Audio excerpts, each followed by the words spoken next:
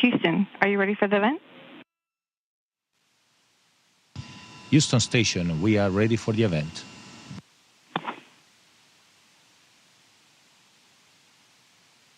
Houston Station, we are ready. Station, this is ESA PAO here in the Vatican. How can you hear me? Jules, ESA PAO in the Vatican. This is Space Station. We hear you loud and clear. Jules, ESA PAO in the Vatican. This is Space Station. We hear you loud and clear. Very good, thank you. And now hand over to Pope Francis. Good morning, all.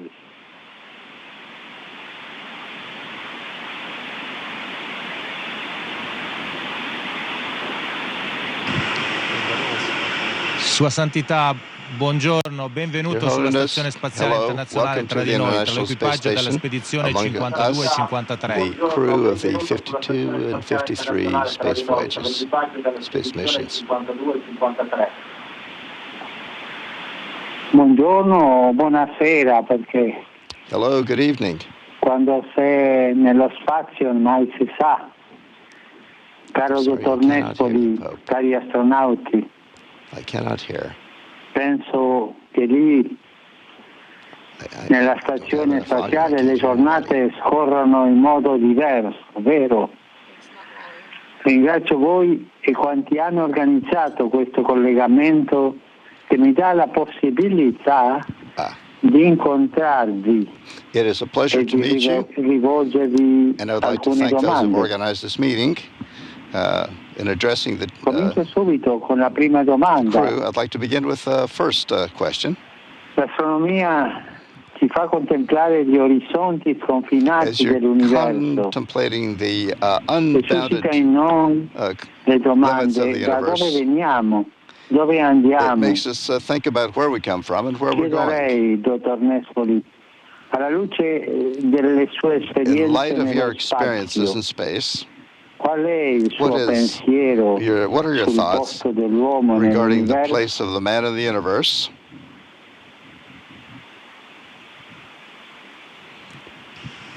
Santo Padre, questa Holy è Father, una domanda this complessa. is a complex Noi- question. Io mi sento una persona I tecnica, feel un like ingegnere, a mi technical trovo a mio person, agio an tra le engineer. macchine, tra I'm gli here among esperimenti. experiments Quando and si machinery and parla equipment. di queste cose When we molto speak più of these much interne da more dove veniamo, internal questions of where we come from, rimango anch'io remain, perplesso. rather È perplexed. un momento un po'... It is a moment that un is, discorso molto it delicato. is a Penso che delicate discourse, Penso che il because I nostro, think that il our nostro obiettivo qua è objective quello di here conoscere is la that of nostra, knowing our il nostro essere our è quello being, per riempire la and to conoscenza, fill capire our quello che ci sta knowledge, to attorno. understand Tra what's l'altro, around una cosa us. interessante But on è the che other più hand, an conosciamo, interesting thing is that the più more ci we rendiamo know, conto di conoscere poco. the more we realize how little Mi we know. piacerebbe tanto che I would like so persone come much lei, that people non like solo yourselves, ingegneri, non not only solo engineers, fisici, not only persone come physicists, lei, but people teologi, like yourself, filosofi, theologists, poeti, theologians, scrittori, poets, possono venire qua writers, nello spazio, philosophers questo could sarà also come into sicuramente il Spain. futuro. Mi This piacerebbe che certainly venissero qua is what per the future esplorare will provide.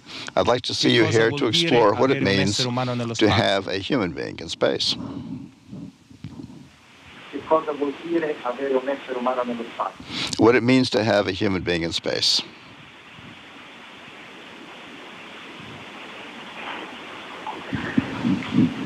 È vero quello che lei What dice. you're saying is true. Ma in questa sala In this di hall, cui vi sto parlando from which I'm speaking to you, si trova, come vedete, we have, as you can see, un arazzo artistico ispirato al celebre verso an con cui artistic Dante rendition conclude la Divina on Commedia, which is l'amore based on che the Divine muove il Comedy, sole e le altre stelle. that love moves us toward the stars. Che senso ha per voi? What Che siete sense tutti would this ingegneri statement have for e you as astronauti, come lei ha engineers? detto bene, no? Che senso ha per voi chiamare What do you amore think la about forza che muove referring to as l'universo? love the force that moves the universe?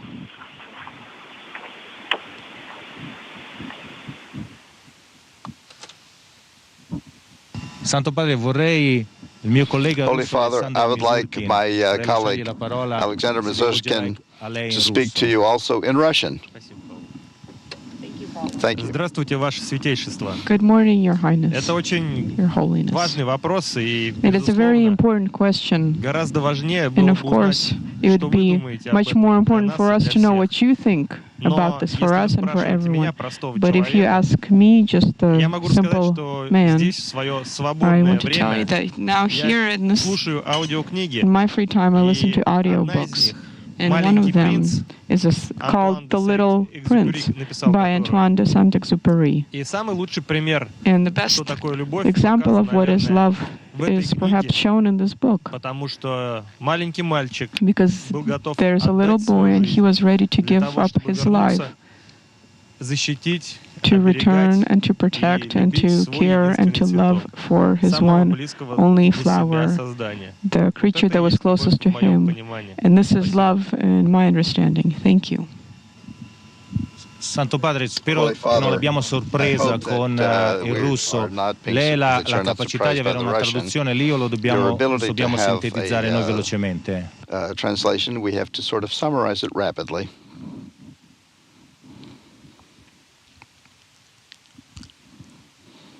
Meglio è sintetizzare It's better velocemente.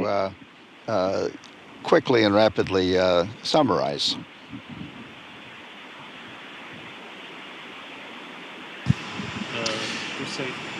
Il collega Alexander ha fatto una risposta molto bella in russo che io adesso tradurrò un pochettino così velocemente. Fa riferimento a un libro che sta leggendo in questi giorni qua sopra per riflettere, Il piccolo principe di Saint-Exupéry, e fa riferimento alla storia del ragazzo che dà volentieri o darebbe volentieri la propria vita per tornare e salvare piante e animali sulla terra. Animals on Earth.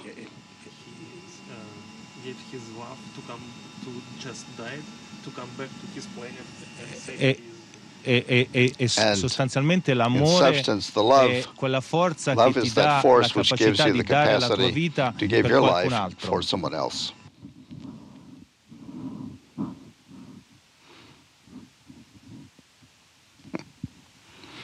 Mi piace quella risposta, è I like vero. that response, and it is true. Senza amore Without love, non è possibile it is not dare possible to give la propria vita per one's alcun own altro. love for someone else. Quello è vero. That is true. Si vede che We can see that lei ha capito you quel have messaggio understood an important aspect, che tanto poeticamente which spiega a in a Saint-Exupéry poetic manner explains che very much to voi us russi that you, the avete nel Russians, sangue, nella have vostra in your blood, tradizione tanto umanistica in e your tanto strong religiosa. humanistic È bello qualities, questo, grazie. as well as religious. This is a beautiful thing, and I thank you for it.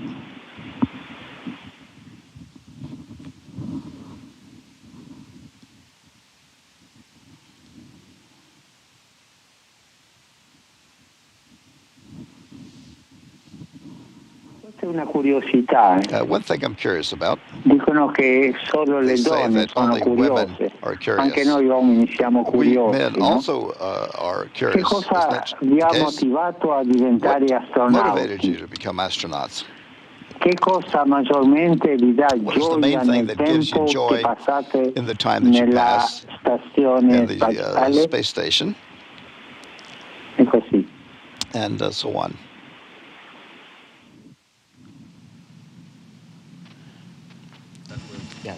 E Santo Padre, lascerei Holy il Father, microfono I will a give due the colleghi, il collega microphone to russo two Sergei colleagues, Ryazanski e al collega Sergei americano Randy Azansky, the Bresnik. Russian, and to Randy Bresnik, the American colleague. Your Holiness, we are representing here different countries, different people of our planet. And each of us has its own story, its own way to become cosmonaut or astronaut, and its own history. My story started with my grandfather, who was main chief engineer and participated in first man-built satellite Sputnik. And for me, it's a great honor to continue what he was doing to fulfill his dreams, because space flights is future of all humanity. And space flight is always frontier for new technologies, new science and new approaches. Sergei ha detto che la sua ispirazione è stato suo nonno. Suo nonno è stato uno dei primi pionieri dello spazio, ha lavorato al satellite Sputnik, il primo satellite che ha volato sulla Terra, era uno dei responsabili della costruzione del satellite e lui ha preso ispirazione da suo nonno, ha voluto seguire le sue tracce perché secondo lui lo spazio è interessante, bello, ma anche molto importante per noi come esseri umani.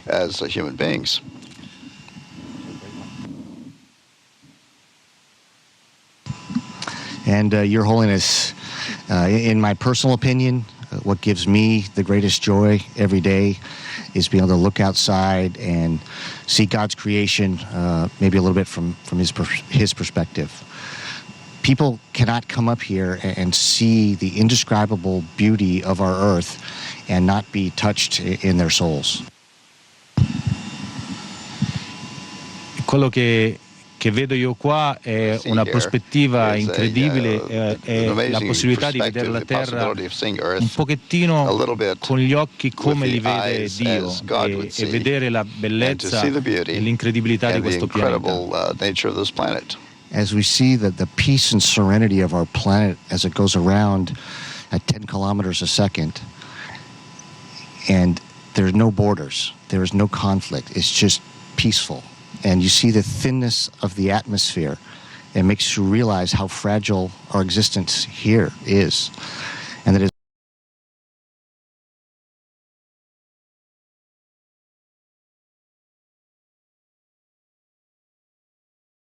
We are ready for the event.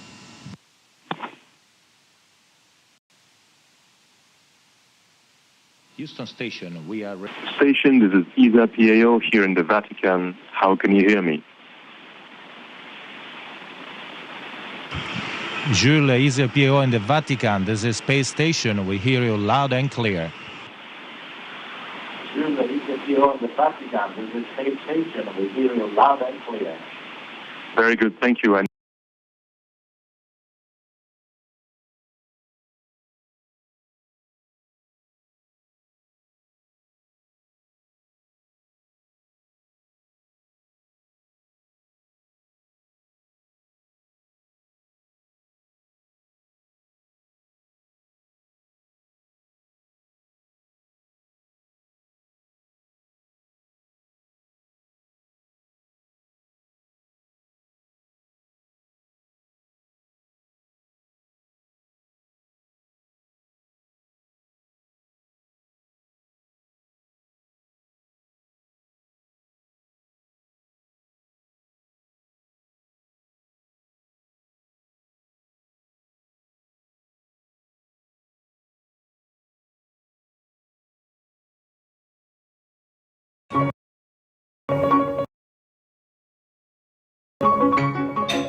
They're here! Hey! Kitchen appliances to take on the holidays. The Get Ready to Get Together event from Samsung. Save over 30% on select kitchen packages.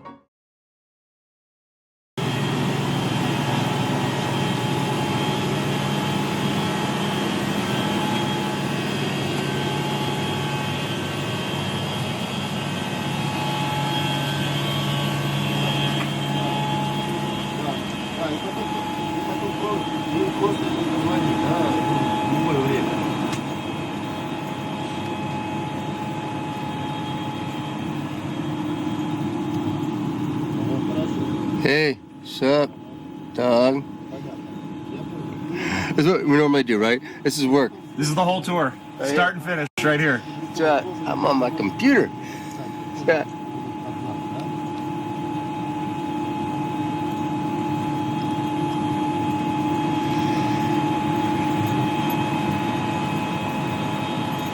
Look, Mom, no hands.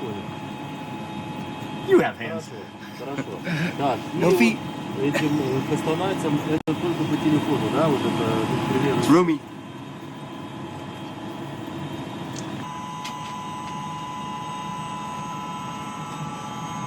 All right, welcome to the International Space Station. Here's a tour. We're starting right now in Columbus, and if you look on this little iPad right here, there's a picture of station. And right here, that's Columbus. So we're on the starboard side, kind of front area, and that module right there, that's what we're in right now. As you can see, it's of course the European laboratory, but it's not just European. We also have NASA racks in here, NASA payloads in here too at the same time.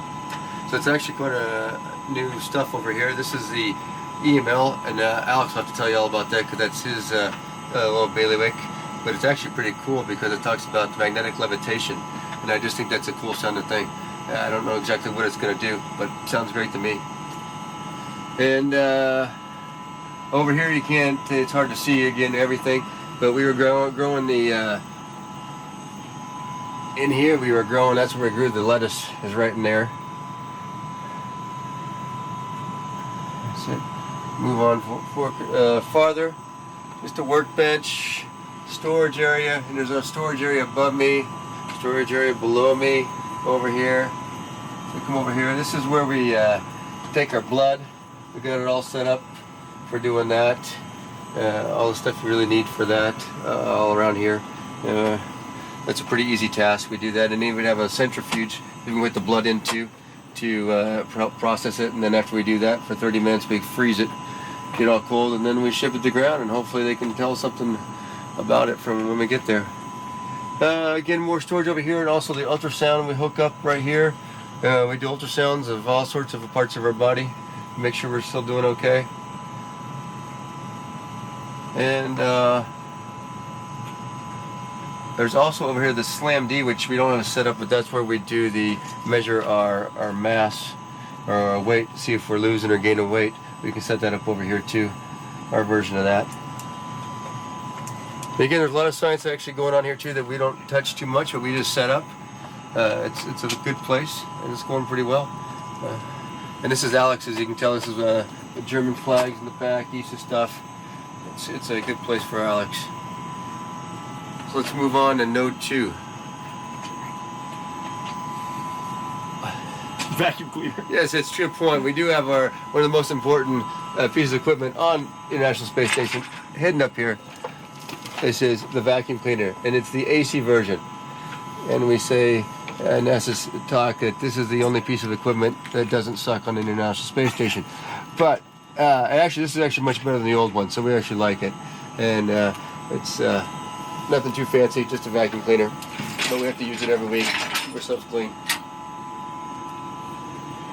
Come into Node 2, and if you look on the picture here,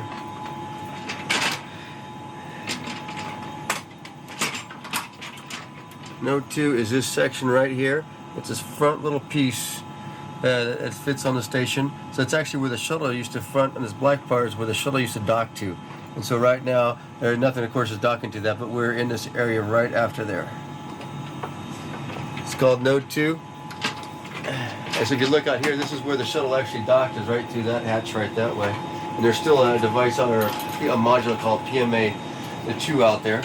And when we get a visiting vehicle such as a Cygnus or a SpaceX, we berth it down here on the nadir side, the lower side. So we'll open that hatch and we have that there.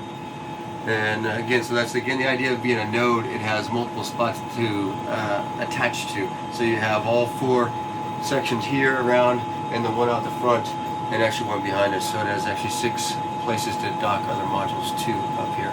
Besides that, it's really our a workbench area and our living quarters in Node 2. If you come this way, actually you'll see over here another one of our workbenches. We'll usually keep both workbenches here and here. At this time we have one in the Columbus module at this time, just because Alex is working on a special project there. And then if you go back, you'll see now it's coming into view the 4 crew quarters around here. So we have 4 of us. This one's mine over here. We have Alec, and we have Tonto, and we have Alex. And it's kind of interesting because once you get into one, you really can't tell which one's which orientation you are. So if I happen to go into Tonto to look at a picture or something he's got on his screen, I'll come out and I'll be kind of confused because I don't know which way I'm going. And especially if you go into Alex's or Alex to do that, you come out and you're really confused because it feels like you're in your own, but when you come out, it's totally different orientation. But if you're looking here, these aren't too big at all. You can take a quick look in here. I'll jump in here real quick. So we have a sleeping bag attached to the wall. The way I like to do it is I just have it attached here at one point and one point up here, so I can put my feet right up here when I'm sleeping, and I kind of do it in a sense of this position, like this, and I'm kind of curled up in a little bit in the semi on my side sleeping position, which I like to do back on Earth, and it kind of works out pretty well. It gives me that same feeling, almost, but it works well for me. And then when you wake up in the morning, the first thing you see is your laptops. I got one that connects to the internet, which works like 50% of the time, and then I got another one that does our LAN up here, which gives us our schedule, all the other information, our email, everything we need to do to work up here. That's what that one is. And we also have an iPad, as you can see, and that's also up there, and that's again for all sorts of work or for watching movies or something like that on. That's what it's good for. Again, though, it's actually not a bad setup. I know it's small, but really it works out well. We don't really need much more room up here. So let's now move on to the lab. If again you look on here, so what we're doing right now is we're heading towards the back, towards the aft. We were in the very front, in the middle, and now we're going down this long path on the back. And the first one we come to is a lab. And you see on the back, on top of the lab, I should say, at the very aft part, is this big structure over here. It's called this truss. Sorry. And on the truss, we have the solar arrays. And so we can't, of course, that's all on the outside, and we only get out there during a spacewalk. But so that's kind of how this is set up, though, so you can see where we are. So here's the lab here. We're going to head into the lab. This is the U.S. lab.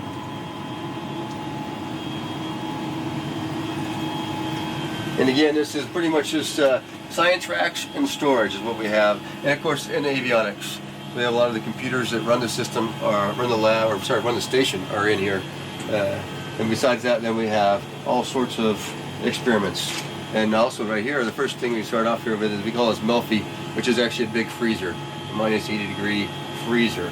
And there's 4 different sections of it, and they can control each different section here with a different temperature if they want to.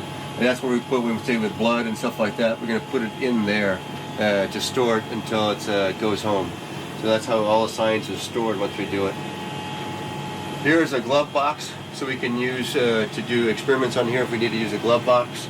So people on this increment have been doing bass, which was kind of interesting. We all liked it as males because it was burning stuff, and you could burn things in here in the glove box, and that also was actually kind of nice. And and then later on, after the next SpaceX gets here, they're actually going to do all the work on the mice in that area, which is I think going to be very interesting, difficult but interesting at the same time. You go to the other side over here. In this little hidden area is what I've been working on lately. That's a Robonaut. You can hardly see him in here. So he's been my latest project. We've been upgrading the all the electronics in there, the computers, etc. And then this next week I actually get to put legs on him.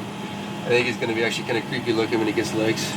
But hopefully it'll help him walk around the station, move around the station. And as you look around the other spots, then we have on the top, we call them express racks. And express racks just means really it has power and data for any kind of experiments that want to go up there.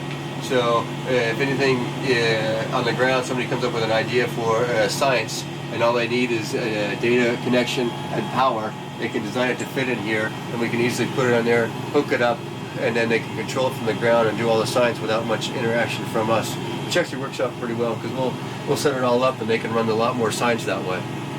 As we move this way, of course, we got the bike here we set up for exercise, which you have to do about a couple hours a day, either the bike, the treadmill, or on ARED, which is our lifting device. We got that, we got storage behind it. Up here is again the material science rack, and it's kind of, again, the ground does that. We set that one up, we put in stuff to burn again almost, and they do a bunch of experiments on it. We don't really touch it while it's running, but we set it up for them. It's kind of like what's over here too. This is another combustion rack, and again we'll set this all up for them, put in the fluids, the fuels, the igniters, all that stuff, set it all up, close it up, and then they run it from the ground. Actually, again, I think they get good science out of that way, and it works pretty well. Over here is called a fluids and combustion facility, but right now it has a really big a microscope in there, and we put samples in there for them to look at on the microscope from the ground. So you see, most of the science here is a combination of us doing work, and then on the ground they do a lot more work. And then they're the ones, of course, who are the experts. We're not the experts in the science, but we just help them out, and hopefully we get good science out of it. Bottom's another stowage rack, and this has most of our medical stuff. So you can see the little cross on there for the AED, etc. The important medical stuff that is needed is right here across this rack. Another express rack for science, another express rack for science here. As we come farther in over here, this is called the robotics workstation, and the idea here, of course, is you can fly the arm from this guy right here. So this is where your camera views, so you can look outside to see what the arm's doing from this camera views. You have a controller that'll set up how you're going to fly the arm and put it into the correct mode for flying the arm. And then these are your hand controllers. And one is for translation, which means, of course, left, right, up, and down. And then this is attitude control over here, so if you want to pitch it up, pitch it down, yaw, or roll, like that, you do it with this. And you do a combination to make the arm go where you want it to go. And it's good. We have two of these. We have one here in the lab and one in the cupola. And they both have different advantages and disadvantages depending on where you want to go with it. Let's see, if besides that, we have over here is actually a trainer for using the arm. So this is kind of a setup, the same idea, but what it is, this is just all software, and then so we can actually practice using the arm right here.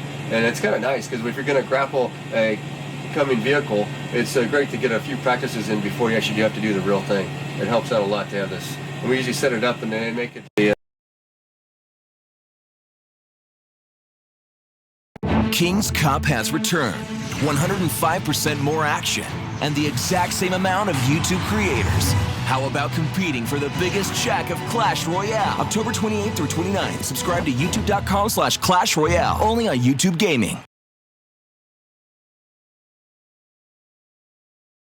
You have to do the real thing.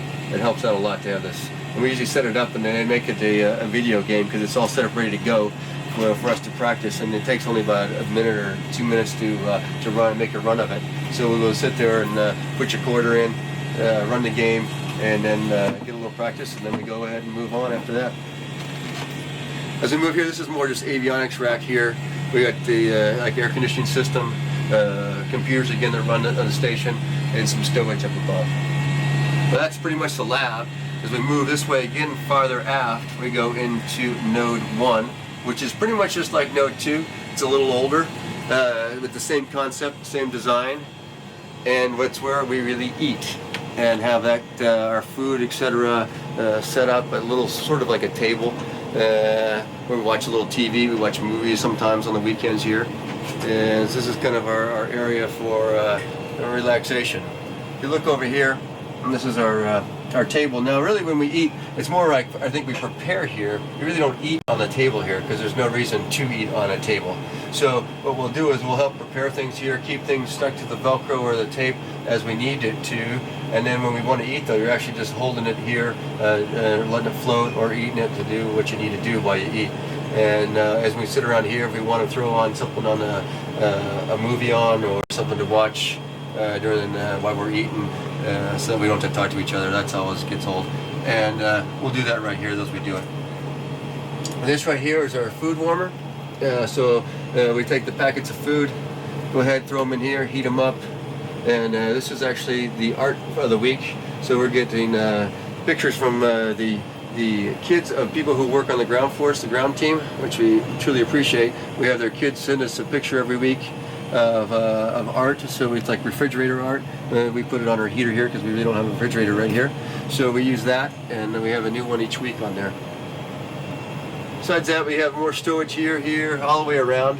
You can also tell the color. If you look around here, it's kind of interesting how it used to be white, but after over 10 years of people living on this thing, or over 10 years for sure, it's got a little stained. And that's one thing about eating up here, is it's a mess. Every time you open a package, as you think about it at home, when you open a package, you pull it to open. What you're actually right here, you're putting energy into this package, and it squeezes up and it goes boom, and it pops. When it pops, things come flying out. And sometimes you contain it, sometimes you don't. And hence we got stains everywhere. I think that's it pretty much for... Oh, over here is where we keep our food. I should say that right here. Food storage. So this is always interesting. So we have things categorized a little bit into, of course, people's own little food they have, and we have breakfast and sides, etc. So if you want something out of breakfast, you come over here, you look, and of course right now we're hurting for breakfast because we got scrambled eggs, is about what's left, and maybe some sausage patties. We all like granola and oatmeal, and so that runs out in about 2 days for us. Every 7 days we get a new package of food for that. So breakfast isn't always great around here for us. But so we have those around here for that. Again, some more stuff to eat, and that's how we keep it all organized a little bit for our foods. Up here is where the meat packages are. If today we want to heat something up, again, these are the type of things you heat up. These are our meats. Throw that in the heater, and then about 10 minutes later you can eat it. So from here, if we go starboard, we go into the airlock. If you look on here, it's just starboard.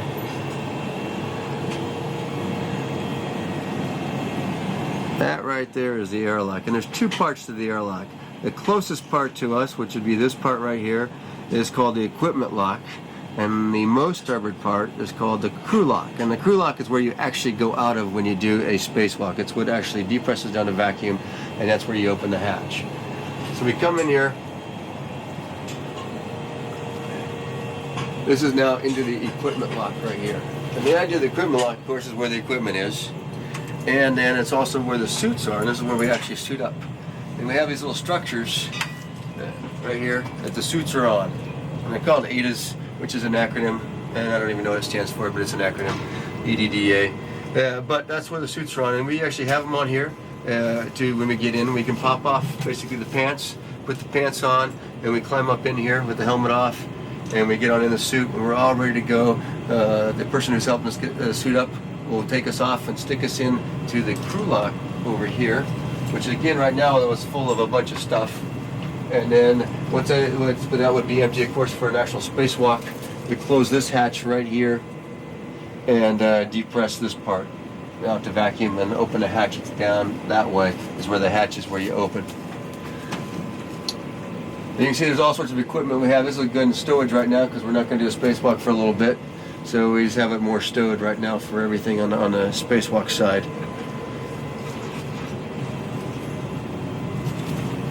And that is unfortunate. Are you sure? If you go down from here, which would be nadir in our speak, it's hard to show on this guy because you really can't see it. So basically we're at the lab and then we're going down towards Earth. If you look at it that way. So it doesn't really show it on here because it's blocked by the Node 2. But if you go down right here, so we would be going from Node 1 down nadir. This is actually called the PMM. And that's really us too, is a big stowage area. What we have down here is just pure stowage. That's what it's for. And we have all our supplies, food, extra equipment, other stuff like that that we need to have for months on board in case another vehicle doesn't come to resupply us. We need a bunch of equipment. So you can kind of look at that and see that that's just a bunch of stowage area. And it's also where we keep our trash. You know, we just can't throw the trash out on the curb every week up here. So we have to keep it. And last time when Cygnus left, it had we had about 25 bags worth of trash that we threw out. And the bags are pretty good sized bags. They're like big, think of big hefty bags of trash that we threw out on Cygnus. So that's where we have to keep that. Besides our new stuff, we have to also keep trash down there too. If we go to the port side, now you can see that on here. The port side is called Node 3, and again, it's very similar to Node 1 and 2, and it's not even on this picture, so that makes it more difficult. But I might even have another one that shows it, but it doesn't matter. It's to the port side. Blame the guy who downloaded the picture. Yeah, blame the guy who downloaded the picture. Exactly, and it's not on that one either. Wow, look at all that. All right, but it's on the port side, and this has many functions. The Node 3 has many functions. First of all, it's a place for working out. Right here is our treadmill. See, it's actually on the wall, so we always are running downhill. Makes it easier that way. And the idea, of course, of the treadmill here is we have these bungees we hook up to a harness that we wear. Now here's my harness. I'll hook it up to this harness right here. And then I'll hook that harness again into here, strap myself down to the treadmill itself, and go for a run. It's somewhat similar to running on the ground, I would say. You're a little bit lighter than you actually are weight-wise, so your legs actually don't get worked just as well, maybe as much, but it feels overall as a more body workout because you have the load on your shoulders and your upper body while you're running, which you really don't have. So it's kind of a combination there, a little different, but overall it gives you a good workout. Here are some other equipment we have. This is a water analyzer. We use this, we put water samples in here from all over and test out the water to make sure we have bacteria growing, other stuff growing in the water that would be harmful to us.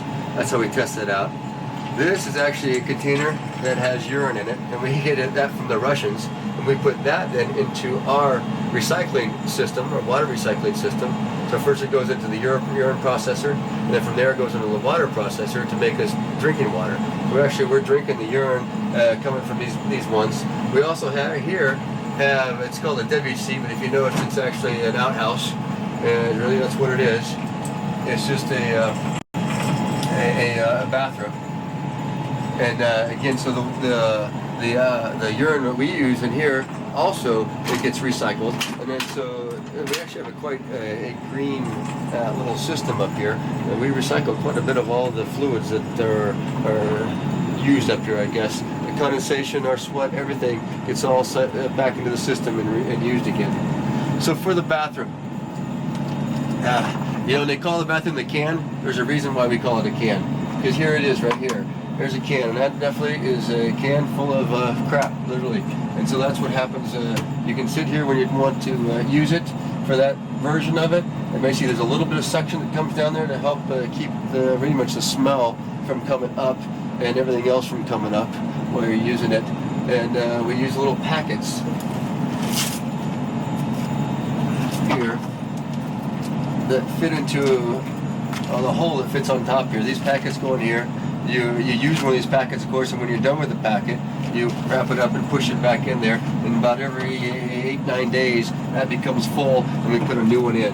That also gets then thrown down in the PMM for our trash, and hopefully on a cargo vehicle that's all done, that's going to burn up on the way in. We put those on there, and it's done. For urination, you got to go there. Of course, that's why it's yellow. It's a standard. It's a suction. Basically, there's almost like a wet vac in the back here. That's the way I look at it.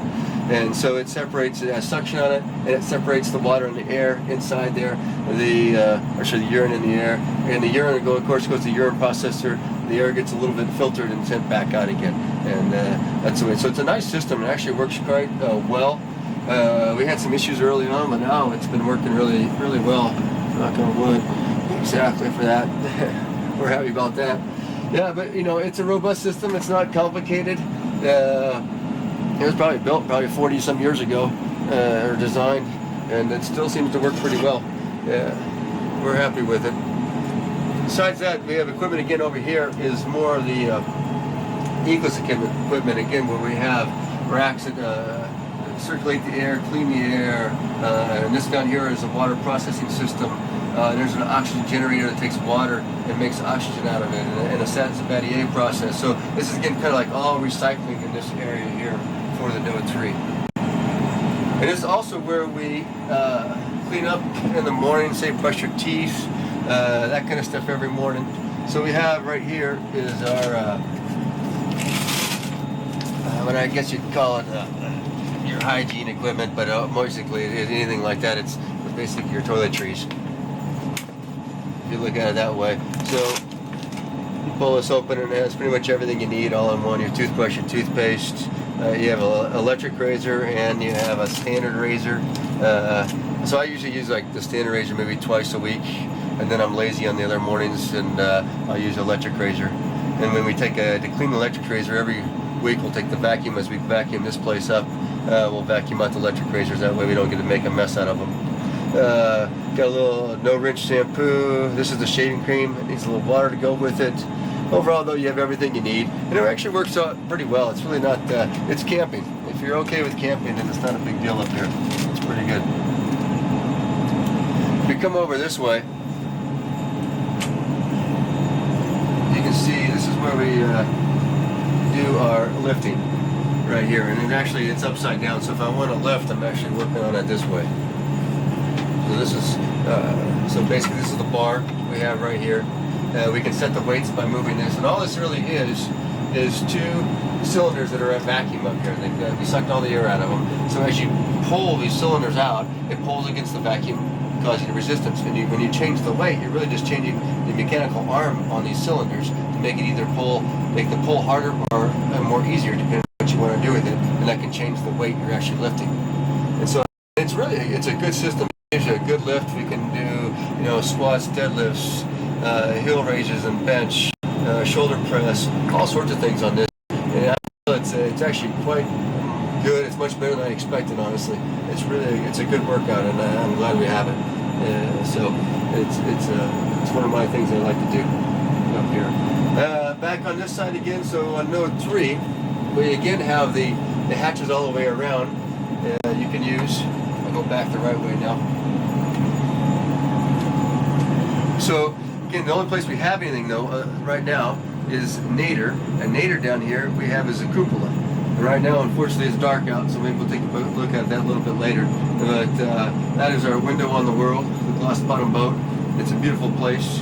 That's where we like to stay and hang out and watch Earth. There's also another robotics workstation down there. I'll show you in a minute.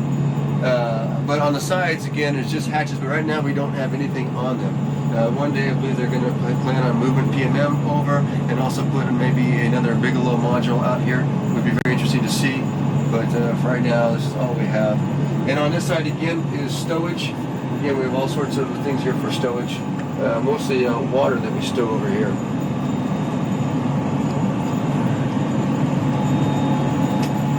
All right.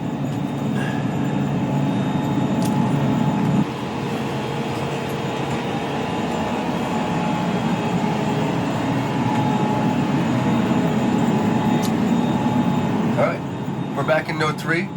Gonna head Nadir into the cupola. Got some sunlight now.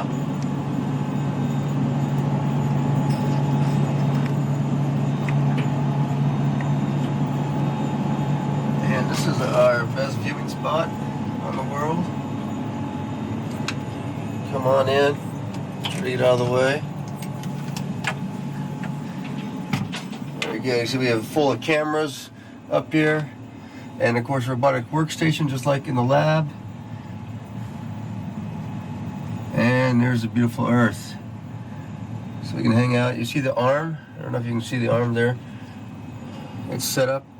It's on the top, or sorry, on the bottom of Node 2. It's connected to it right there. And that's the position that we use to grapple the cargo vehicles, SpaceX and Cygnus and HTV. And it goes in right on Node 2. Just a little bit forward of where it's grappled to Node 2 is where we berth those vehicles. When you come right here, then you can see to the right is the Japanese, the GEM, which we'll go to shortly, along with the exposed facility out there. That's part of the Japanese Module 2 when we have experiments that are outside, and we have a Japanese arm that can move those around and do work on those. You can see right now, if a little bit more to the right, you'll see actually a launcher that we've been launching small satellites off of right there, which is kind of cool. That's kind of nice to watch those go by. If you go back to the left over here, you're going to see the PMM, which is our storage vehicle. It's right there. Made by the Italian Space Agency, as you can see, Hazy. As you go farther aft, you'll see first is a Progress. No, that's my spaceship. That is Tonto's Progress right there. Oh, it's a Soyuz. I know that. He's giving you a hard time. He's the cargo, so no, it is a Soyuz. It is a Soyuz because it says so on there, and it is it's the one that 39S crew came up on, and then behind that is a Progress, and not just a Russian cargo vehicle. And as you go around, that's pretty much what you can see out here. You got solar arrays, of course, on each side. If you go over this side, all the way over, you can see the solar array on the port side.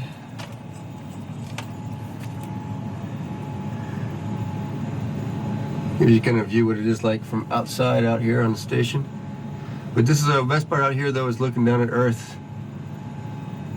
We try to do that as much as possible. Unfortunately, we don't get near as much time as we'd like. They make us do work. Let's go on back. What we're gonna do, we're gonna head to the gym because we missed that at the beginning. So we'll head there, and then we finish up the USOS segment.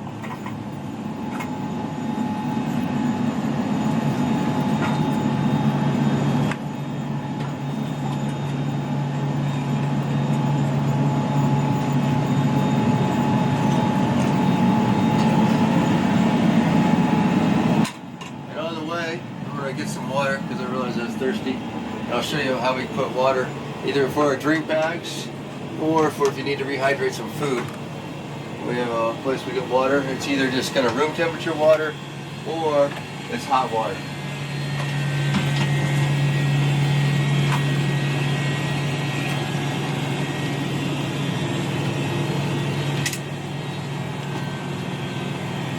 This is the location.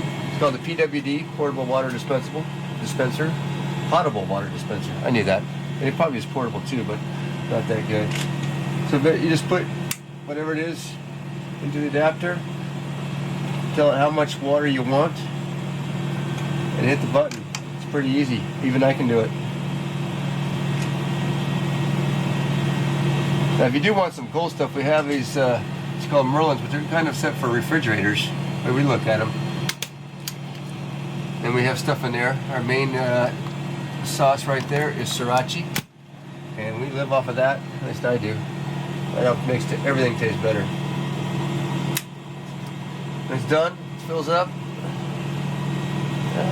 And the nice thing about these things, these straws, of course, it's got a little clamp on there. So if I didn't have that on there, I'll show you real quickly. If that's just off on there, the water pressure, it just starts coming on out. There we go. Let's go into the gym.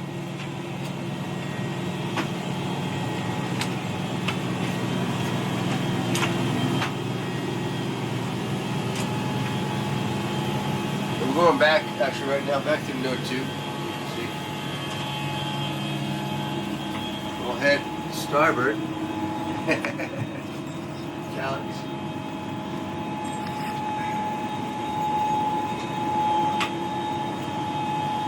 Starboard or port, either one. Either port. It's actually port.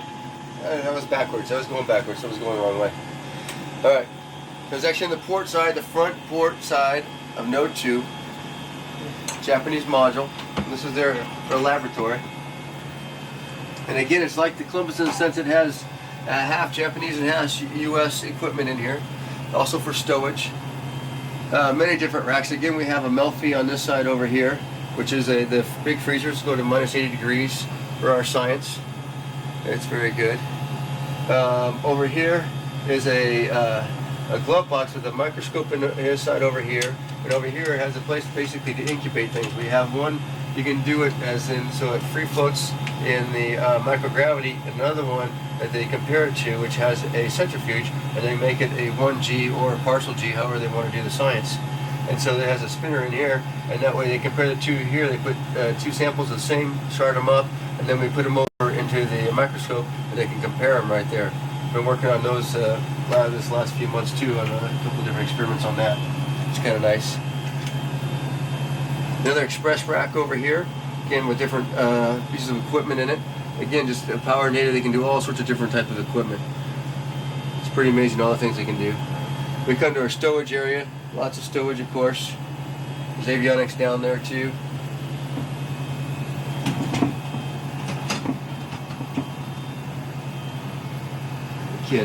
Crystallization observatory. There's all sorts of science around here, and I haven't even got to play with this one, the Fluids Physics Experiment Facility.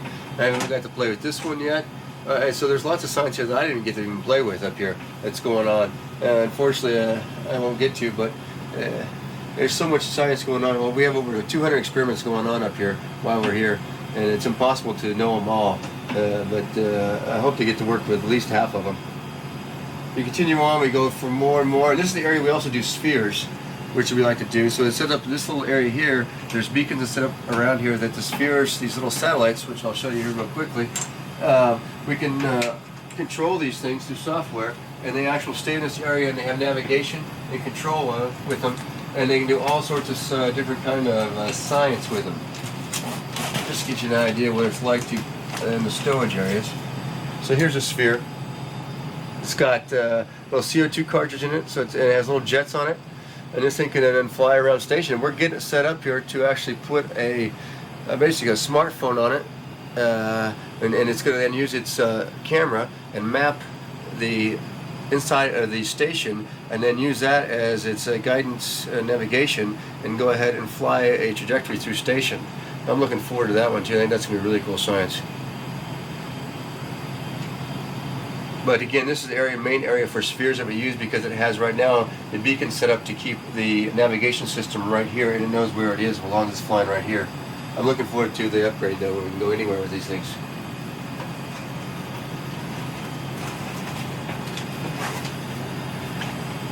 As we go on, again, this is the robotics workstation for the Japanese arm. You probably saw that out the cupola window. Again, it is mostly though controlled by the ground, and they do a good job. But the big thing about the Japanese arm, it can go over here to the airlock, which we put equipment on, so that launcher that was on the arm was actually inside. Alex prepped it up, got it all ready, put it on a slide table that's on this airlock that comes out here with this door open. We put the slide table into the middle, close this door, depress the airlock, and then open the outer door. The slide table moves out, and then the arm grabs whatever we put on it with it, and then in this case it was a launcher, and sticks it up in space and launches off the little satellites. Earlier this mission I did a camera for the arm. I did the same thing and put it on the table and set it out there, and the arm picked it up and moved it to the Canadian arm, which put it on itself. It's kind of all interesting, but this is a big handy little thing to have here, this airlock in the gym. And we do have a couple windows though over here. We don't keep open much, but you can see the exposed facility if you open these windows up. Of course it's nighttime right now, but right out there is the exposed facility. Unfortunately, you're not going to be able to see too much, I don't think so. You can try Tondo, but I think they're going to get reflection is all they're going to see. Yep. But Yep, just reflection of the airlock. All right. That is exposed facility out there with payloads on it. And again, if we need to, we can bring those payloads in through the airlock, do some work on them.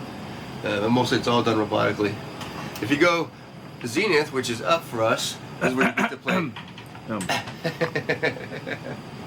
Oh, this is Tano's favorite experiment. Sorry. It's called BCAT. It's colloidals again. We do a lot of colloidal research. I'm sure you're not exactly what that's all for, but I hear it's really good. And so what this is, if you look at this, there's actually 10 different little chambers in here.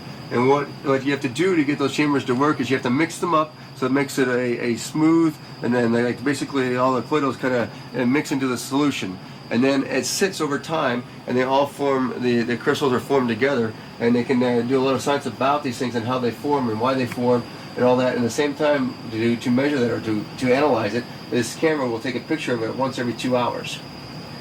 And then, so you do it for almost 2 weeks it runs for. It's running right now. It's running right now. And that's why we have the little the tape up here. It's not that this is an accident scene. It's actually, we're not supposed to get in there and touch it. All right, thanks, Wally. Now you can continue. Now I can continue. That was BCAT. And we go up, which is a fun thing to do. This is actually called the JLP, and it is a Japanese logistics machine module, and it gets this storage area for Japanese equipment and U.S. equipment too. And it's really actually quite nice in here.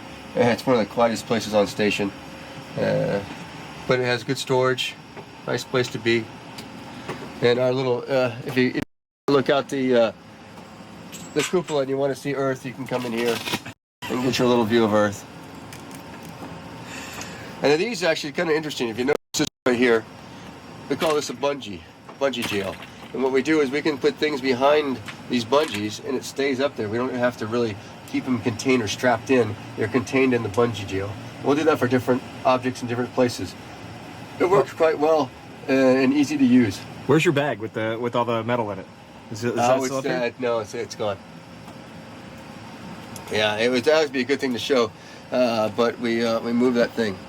It has a basically bag big full of metal that makes some nice chime sounds.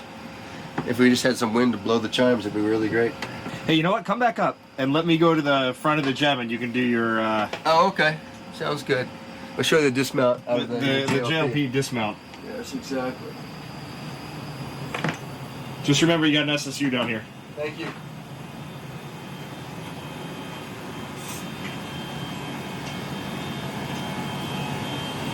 You ready? Give me 1 more minute. Swanee has perfected this over time. We'll see if he can pull it off. Okay. Alright. The dismount.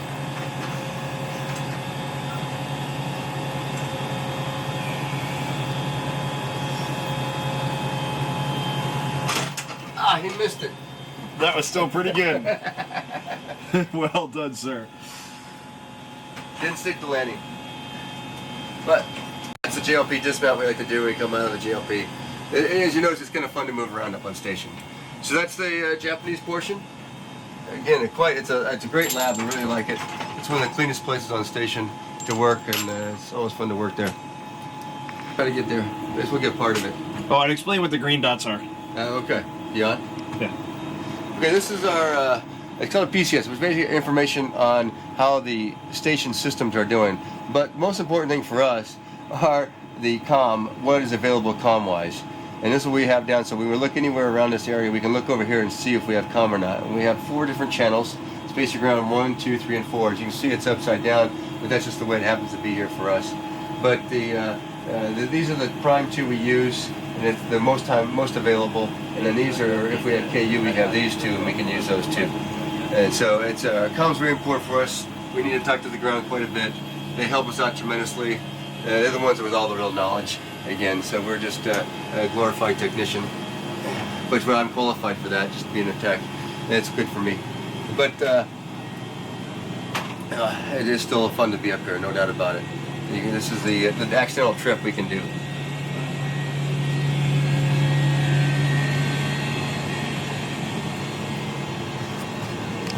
So now we're in Node 1 again. Where we have our dinner, etc., our place to eat. But we're going to move farther aft, and when we go farther aft, we're going to head into the Russian segment. And you'll see a change. You'll notice, of course, how, I guess, the size of this and the sides and the way this U.S. side is built. It's quite a bit difference when you go into the Russian segment. I'm going to try to do this backwards. Yes. Now I was trying to go backwards, which is going to be a little difficult for him. We'll see how this turns out.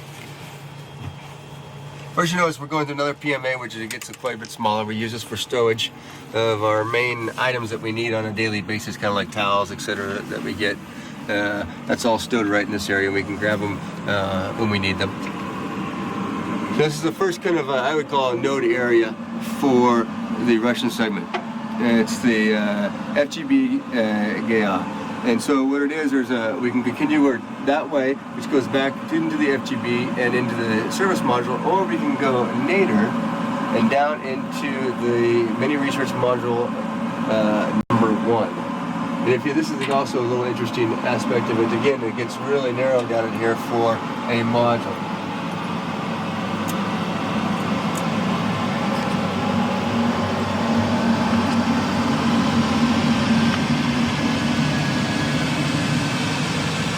So this is, they call it meme in Russian, that's the Russian acronym meme. But the idea here is there has some science in there. It's more of a storage area for them. They keep a lot of their stuff here. And if we continue on, that's the Soyuz that Tano and the rest of his crew came up on. And so that's where we saw out the cupola. That's where you go to get to that one right there, to that area right there. So that's where this is docked to on the meme 1. And so this is one of the newer modules for the Russians. It came up, I know STS-132 put this on, so it's not that old. And you can tell it's actually pretty still clean on the sides. As you look at some of the older Russian modules, you'll see that the basically this is the pile Velcro right here on the sides, and it's great for sticking things to. However, though, it does get dirty and it's hard to clean, and you can probably see that later. Always advantages and disadvantages to everything.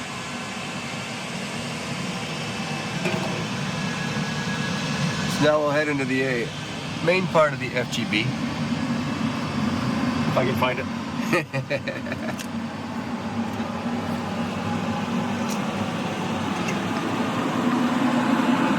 As you can see, these are the hatches that they use on the Russian side. And it's set up in a way, basically, because there's usually, when a Russian module comes, it's got a docking probe on it that goes into these things and it latches onto. And so that's what you have to have a room for the docking probe to go into these things. So they're kind of have this set up on it. This is also for airflow through the Russian modules. You can see we have the ducts going through right here. And actually this one goes all the way over from the service module all the way into node 3. It's a long running hose that goes all the way across to keep the airflow all the way throughout Station 5. Now you can see in the FGB, this is actually where the Russians have their hygiene station, where they clean themselves up. They got their mirror, they got all their stuff right here, so this is where they do it. And we move back again. This is mostly, the FGB is all about storage. It has a bunch of US and Russian storage in here. So behind all these panels there is some equipment, but mostly storage. The containers here are all food. This is how the Russian food comes up in these containers. And this is their spare food that they're going to use later on.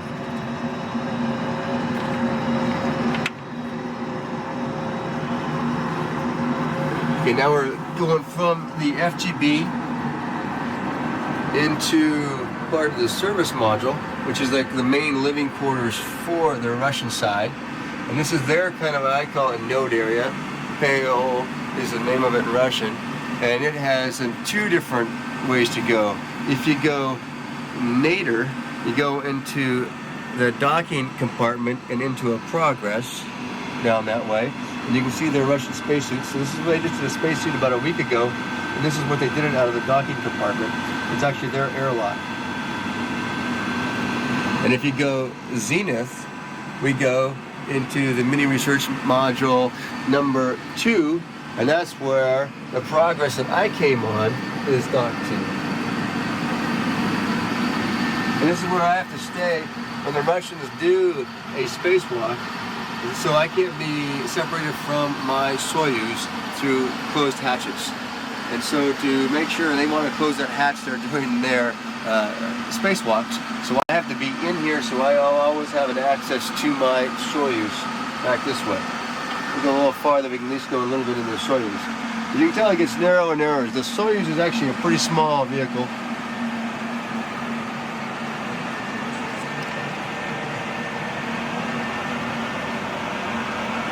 This is the roomy part of a Soyuz, and it's right here. And it's called the BO, which is basically a living compartment.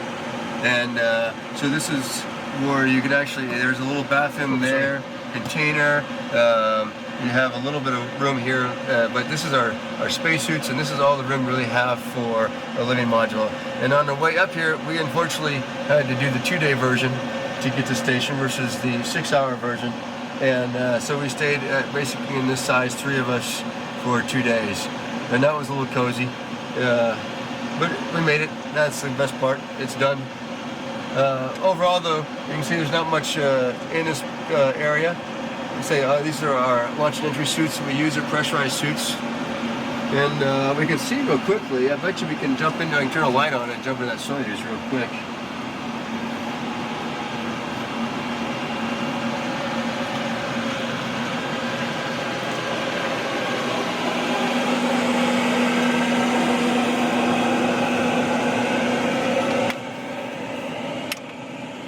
Actually, I don't have my flashlight. I don't have my flashlight with me to find the switch.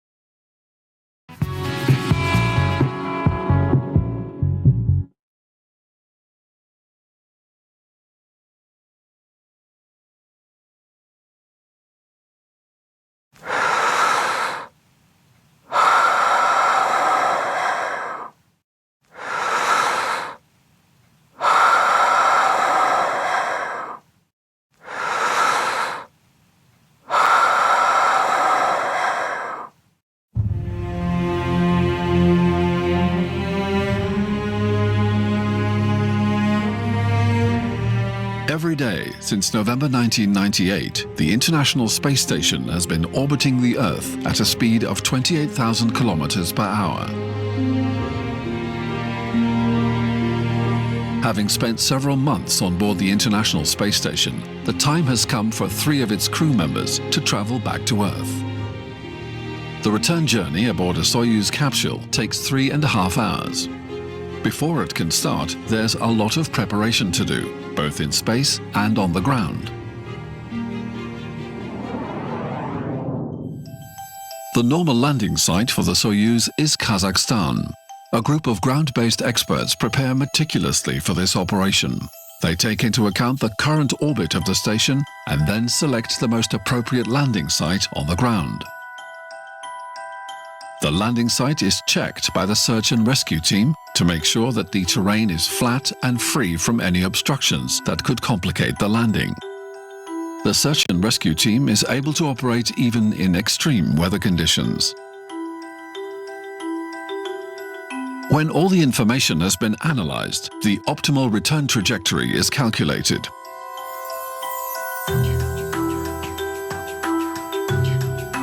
One week before the Soyuz undocks from the station, the instructors and controllers located in the Mission Control Center near Moscow conduct a remote training session with the crew and the onboard simulator. During the session,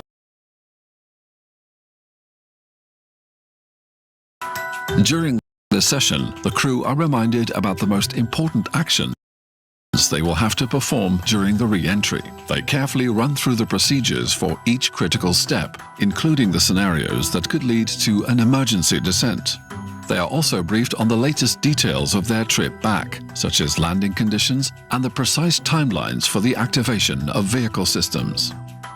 The onboard crew runs a test of the Soyuz vehicle and begins packing items that will travel with them back to the ground. The Soyuz is then activated, and the crew starts preparing it for undocking. When instructed by the ground controllers, the crew say their goodbyes to the colleagues staying behind and close the hatch that separates the Soyuz orbital module from the station. The hatch is carefully checked to make sure there are no leaks that could cause an unexpected cabin depressurization. The crew members put on their spacesuits and enter the descent module that they will occupy for the ultimate road back to Earth. Former astronaut Frank de Winne is now head of the European Astronaut Center in Cologne. He remembers clearly the emotions he felt as he was about to leave the International Space Station. Wow, today I'm really going home. Because of course, the days before you're preparing for the descent, you're reviewing all the procedures, you're going through all the radiograms, but it's only at the moment that you're in your spacesuit and that the hatches are closing that you know that 4 hours later you will be back on Earth. Both crew and vehicle are now ready for the undocking sequence. The Russian segments of the station have several docking ports for hosting Soyuz vehicles. In this example, the vehicle is going to undock from the so-called service module. In this case, the undocked Soyuz reaches an orbit below the station. The orbital velocity of the Soyuz also increases. Sometimes, however, the Soyuz is docked to a port underneath the station. In these situations, approximately 40 minutes before the undocking, the station changes its orientation. The Soyuz then undocks and joins a higher orbit, and its velocity decreases. In both cases, after one revolution of the Earth, the orbits intersect, but because of their now different velocities, the station and the Soyuz arrive at the intersection point at different times. This prevents any possibility of a collision between the two vehicles.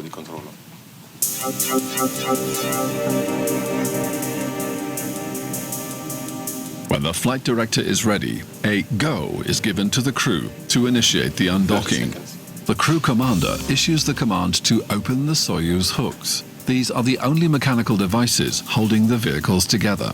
After approximately 3 to 4 minutes, the hooks are fully opened and the Soyuz is no longer firmly attached to the station. A set of pushers that were kept mechanically compressed while docked gently ease the Soyuz away from the station at a relative speed of 12 to 15 centimeters per second. Undocking confirmed at 9:56 p.m. Central Time. Are you ready for the event? Being so close to the station, the Soyuz propulsion system is inhibited in order to avoid contamination of the station with residual chemical dust produced by the Soyuz thrusters. The crew gets visual confirmation of the separation through the image provided by the external TV camera and also from indications displayed on their monitors. ESA astronaut Paolo Nespoli returned to Earth aboard a Soyuz spacecraft at the end of Expedition 27. I didn't actually felt the detach when we detached from the station. Physically, I didn't feel it. The physical departure of the station is done because of the push of some spring that there is inside. You don't want to start your engines close to station because you're going to plume everything. So you're just kind of drifting away, and what you're doing there, what we were doing, we're just... Jules, good morning. This is the space station. We have a little bit of echo. Can you try again, please? Stand by.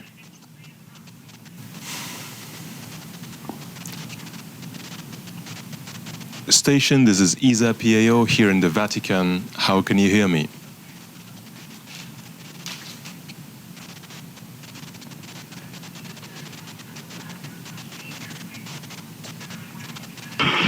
Jules, ESA PAO in the Vatican. This is space station. We hear you loud and clear. Very good, thank you. I now hand over to Pope Francis. Good morning, you all.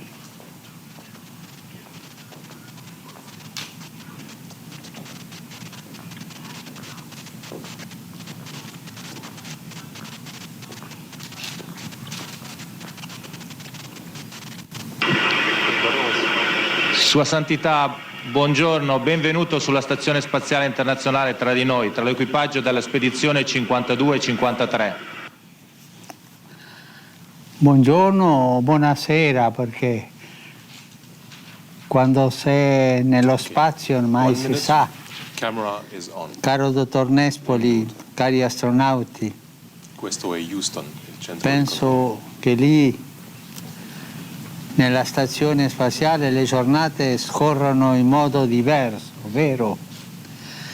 Ringrazio voi e quanti hanno organizzato questo collegamento che mi dà la possibilità di incontrarvi e di rivolgervi alcune domande. Comincio subito con la prima domanda. L'astronomia ci fa contemplare gli orizzonti sconfinati dell'universo e suscita in noi le domande: da dove veniamo, dove andiamo? Houston Station. Chiedo a lei, dottor Nespoli, alla luce delle sue esperienze nello spazio, qual è il suo pensiero sul posto dell'uomo nell'universo?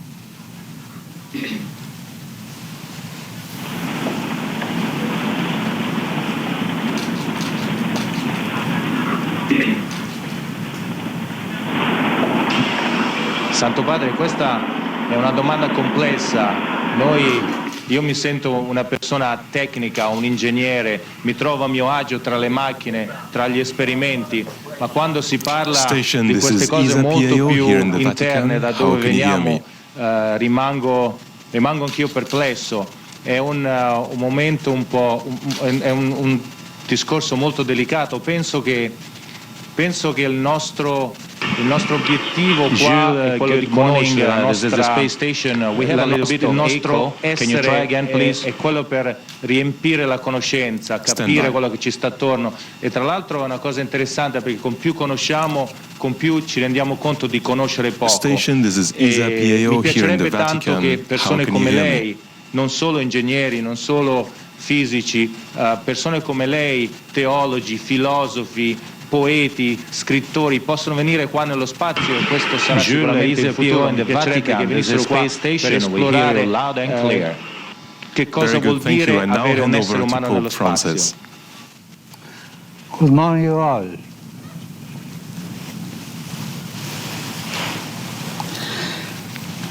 È vero quello che lei dice, ma in questa sala da cui vi sto parlando si trova, Sua come Santità, vedete, buongiorno, benvenuto sulla Stazione Spaziale un arazzo Internazionale tra di noi, tra artistico l'equipaggio della ispirato al celebre spedizione verso 52 e con cui 53. Dante conclude la Divina Commedia. Buongiorno, L'amor buonasera, che muove il sole e le altre stelle. Quando sei nello spazio ormai si sa che senso ha per voi, caro dottor Nespoli, tutti cari ingegneri e astronauti, come lei ha detto. Penso bene, no? Che lì che senso ha per voi chiamare nella stazione spaziale le giornate scorrono in modo diverso? Vero? Ringrazio voi e quanti hanno organizzato questo collegamento che mi dà la possibilità di incontrarvi e di rivolgervi alcune domande.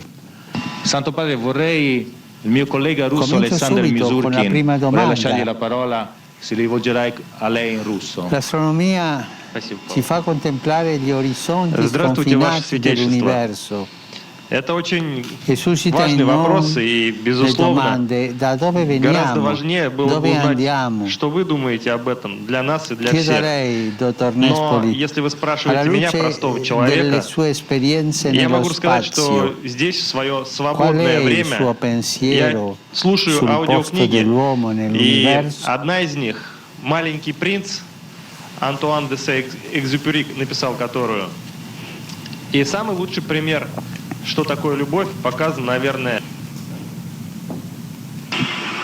Santo Padre, questa è una domanda complessa. Io mi sento una persona tecnica, un ingegnere, mi trovo a mio agio tra le macchine, tra gli esperimenti, ma quando si parla di queste cose molto più interne, da dove veniamo, rimango anch'io perplesso. È un momento un po', è un discorso molto delicato. Penso che il nostro obiettivo qua è quello di conoscere il nostro essere è quello per riempire la conoscenza, capire quello che ci sta attorno, e tra l'altro è una cosa interessante perché con più conosciamo, con più ci rendiamo conto di conoscere poco, e mi piacerebbe tanto che persone come lei, non solo ingegneri, non solo fisici, persone come lei, teologi, filosofi, poeti, scrittori, possono venire qua nello spazio, e questo sarà sicuramente in futuro. Mi piacerebbe che venissero qua per esplorare che cosa vuol dire avere un essere umano nello spazio.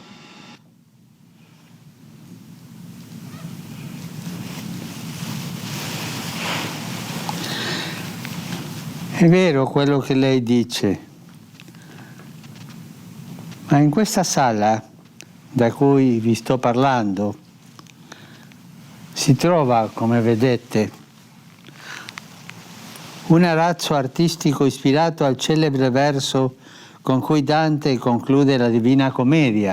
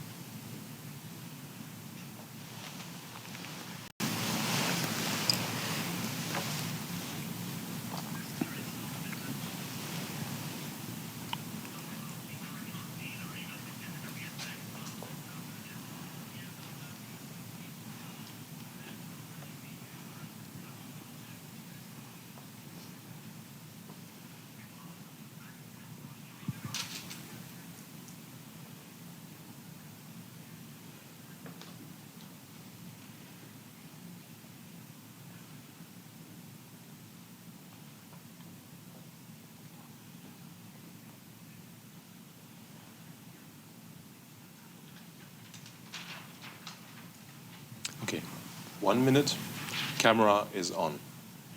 1 minuto. Questo è Houston, il centro di controllo.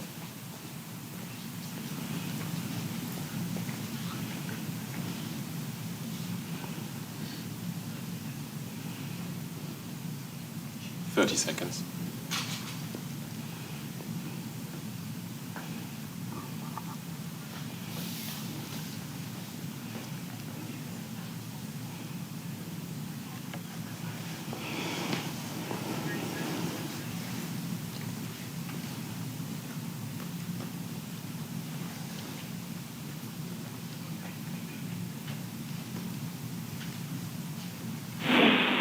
Station, this is Houston. Are you ready for the event?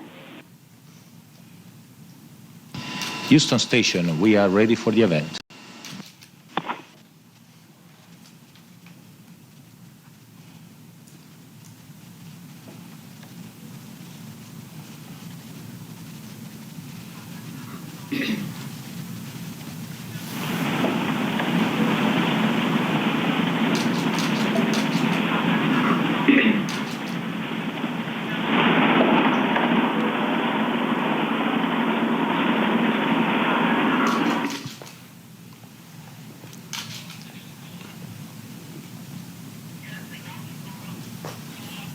Station, this is ESA PAO here in the Vatican. How can you hear me? There was an old woman who lived in a shoe. She had so many children, she had to buy lots of groceries. While she was shopping for organic fruits and veggies, this is the space burglars station. broke We have a into little her bit of shoe. echo. They stole her Can you kids' try mountain again, bikes please? and tablets along with her new juice press. Luckily, the Geico Insurance Agency had helped her with homeowners insurance. She got full replacement on the stolen goods and Station, started this a is mountain ESA bike PAO juice here in the delivery Vatican. service. How Call can you hear me? Geico and see how affordable homeowners insurance can be.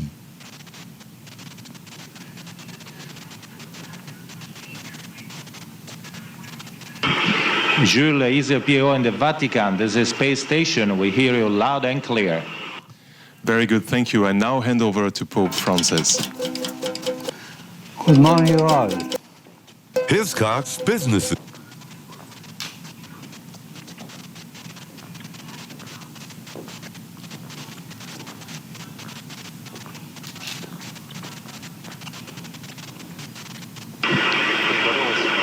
Sua Santità, buongiorno, benvenuto sulla Stazione Spaziale Internazionale tra di noi, tra l'equipaggio della spedizione 52 e 53.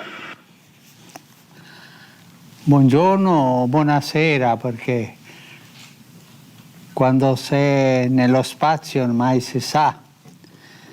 Caro dottor Nespoli, cari astronauti, penso che lì nella stazione spaziale le giornate scorrono in modo diverso, vero? Ringrazio voi e quanti hanno organizzato questo collegamento che mi dà la possibilità di incontrarvi e di rivolgervi alcune domande. Comincio subito con la prima domanda. L'astronomia ci fa contemplare gli orizzonti sconfinati dell'universo e suscita in noi le domande: da dove veniamo, dove andiamo? Chiedo a lei, dottor Nespoli, alla luce delle sue esperienze nello spazio, qual è il suo pensiero sul posto dell'uomo nell'universo?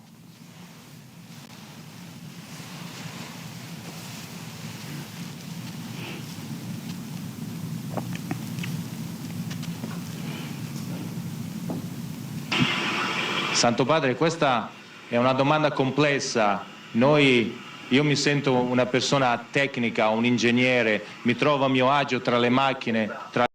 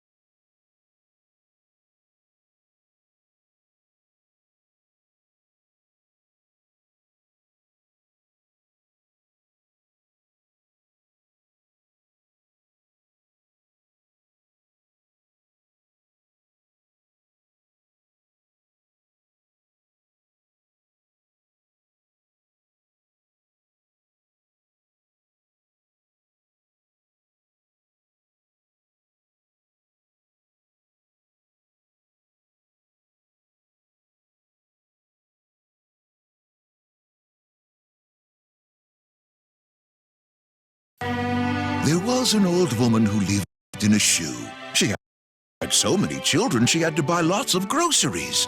While she was shopping for organic fruits and veggies, burglars broke into her shoe. They stole her kids' mountain bikes and tablets along with her new juice press. Luckily, the Geico Insurance Agency had helped her with homeowners insurance. She got full replacement on the stolen goods and started a mountain bike juice delivery service. Call Geico and see how affordable homeowners insurance can be.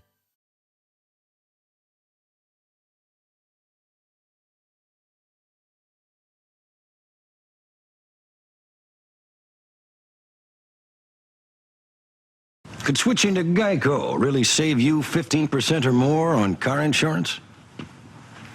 Is Ed Too Tall Jones too tall?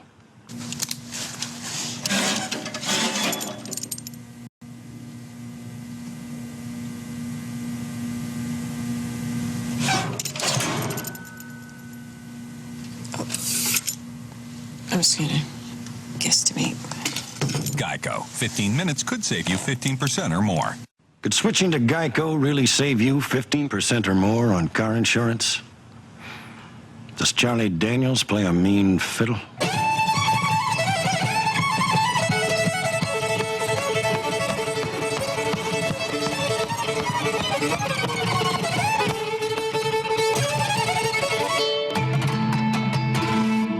That's how you do it, son.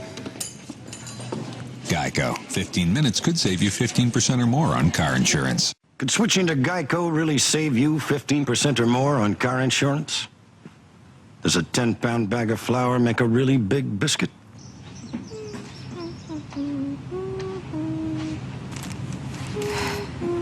Could switching to Geico really save you 15% or more on car insurance?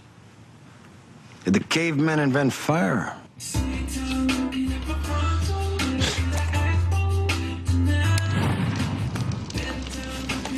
Could switching to Geico really save you 15% or more on car insurance? Was Abe Lincoln honest? Does this dress make my backside look big?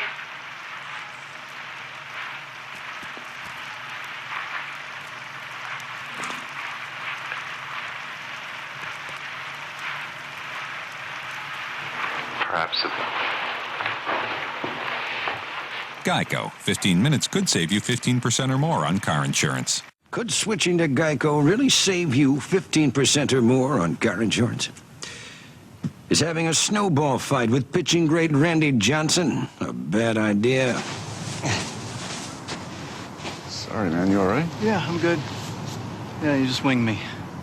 Think anybody's gonna notice that? Yeah, probably. Maybe we should just go sledding. Yeah. Geico. 15 minutes could save you 15% or more. Could switching to Geico really save you 15% or more on car insurance? Is a bird in the hand worth two in the bush? Well, you rarely see them in this good a shape. For example, the fingers are perfect. The bird is in mint condition. And I'd say if this were to go to auction today, conservatively, it would be worth two in the bush. Really? It's just beautiful. Thank you so much for bringing it in. Unbelievable. Geico. 15 minutes could save you 15% or more. Could switching to Geico really save you 15% or more on car insurance? Can football announcer Andres Cantor make any sport exciting? Ha sido una partida intensa hoy. Jadrowski está pensando. Veamos qué va a hacer. Moverá la reina, moverá el caballo. ¡Qué tensión! ¡Viene!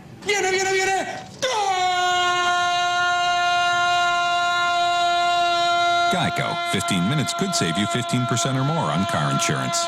Could switching to Geico really save you 15% or more on car insurance? Does a former drill sergeant make a terrible therapist? And that's why yellow makes me sad, I think. That's interesting. You know what makes me sad? You do! Maybe we should chug on over to Mamby-Pamby land, where maybe we can find some self-confidence for you, you jackwagon! Tissue? Cry, baby. Geico. 15 minutes could save you 15% or more. Could switching to Geico really save you 15% or more on car insurance? Does Elmer Fudd have trouble with the letter R? Shh.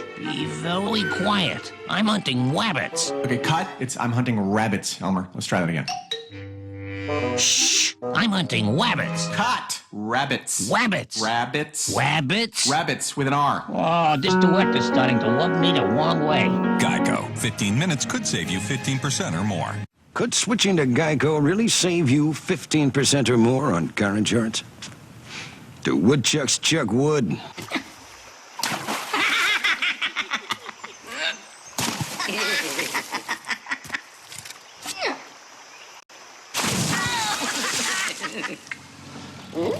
Hey, you dang woodchucks! Quit chucking my wood!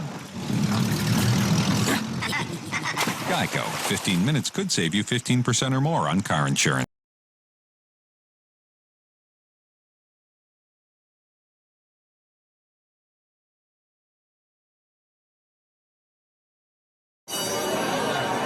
Hey, Nico. I've been wanting to talk to you all day. I wanted to get everybody back together. And I know that it can't be like it was. But the truth?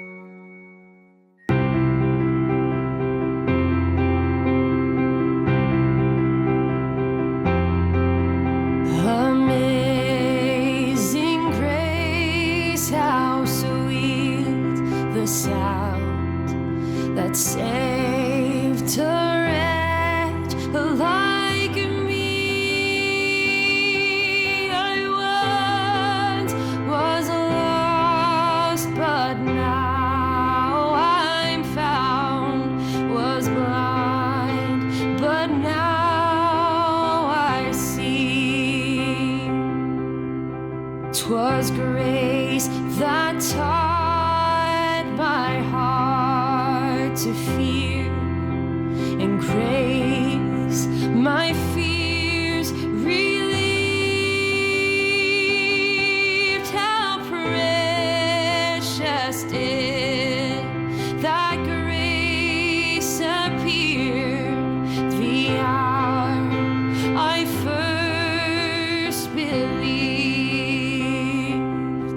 And when we've been there 10,000 years, bright shining as the sun, we've no less days to sing God's grace than when we'd first begun. We've no less days to sing God's grace than when we'd first begun.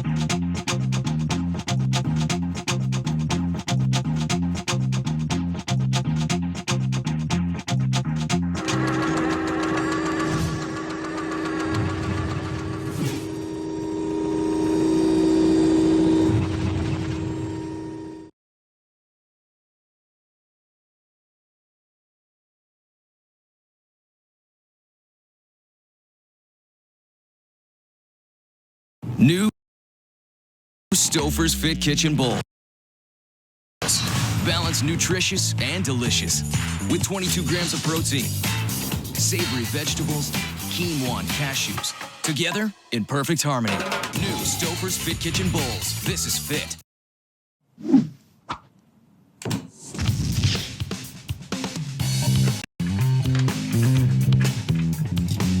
Hey guys, I heard you had a question for me? Yes, we did. Given that you've been in space for 6 months, what we wanted to know is, what is it specifically that you miss about Earth cooking as opposed to space cooking? Well, we can reheat and rehydrate our food up here. You can't really prepare it. It's prepared for us already on Earth. It's in packages. So after a while, you really miss fresh vegetables and fresh fruit, especially after 4 or 5 months on space station. You haven't had fresh fruit in 6 months? I'm sorry. Because this is really good. We get a few kilos of fresh fruit and vegetables every 2 or 3 months when a resupply ship comes up from Earth and docks. But it's just maybe 1 apple or 1 orange each, and it doesn't keep because we don't have good refrigeration. It's been quite a while since I had a fresh green apple. That's rough. Yeah, unfortunately, we don't have any better method than you guys do for getting fresh fruit up to the station, but we did ponder that as long as you've got 1,100 person days worth of rations up there, maybe our friend Tracy Desjardins can concoct something that's both fun to make as well as deeply satisfying to eat.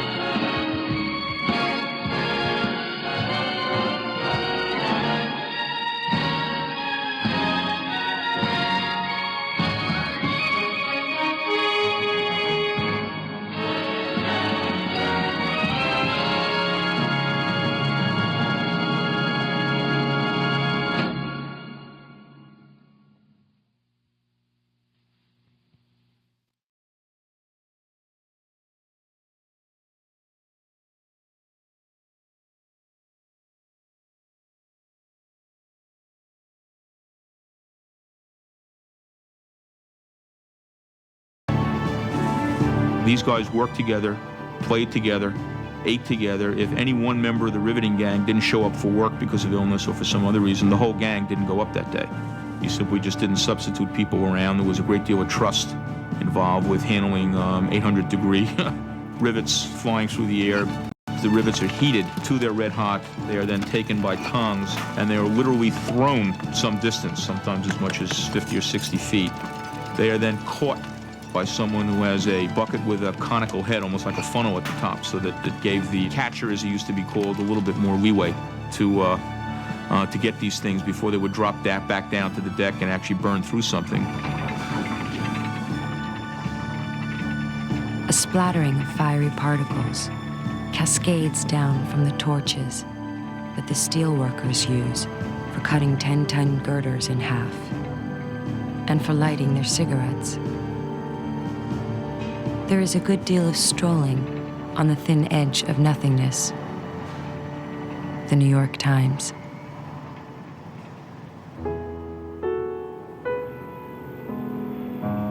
Week after week, the photographer Louis Hine captured the heart-stopping work in progress in some of the greatest images ever taken of New York. These are classical heroes in the flesh. Outwardly prosaic, incredibly nonchalant. Crawling, climbing, walking, swinging, swooping on gigantic steel frames. Hairy-chested huskies, strapping youths, clean-limbed and clear-eyed, fusing the iron of their nerves with the steel of the girders they build into modern cities. The London Daily Herald.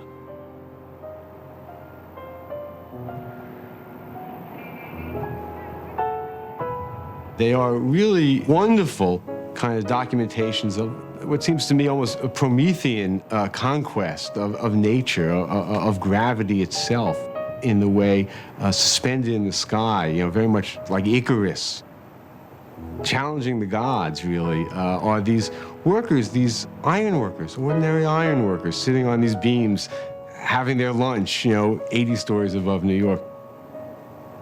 I grew up looking at one particular one of a young bare-chested worker hanging from a guy wire high up on the Empire State Building, which Lewis Hine had given to my mother. And it always seemed to capture the magic of New York to me.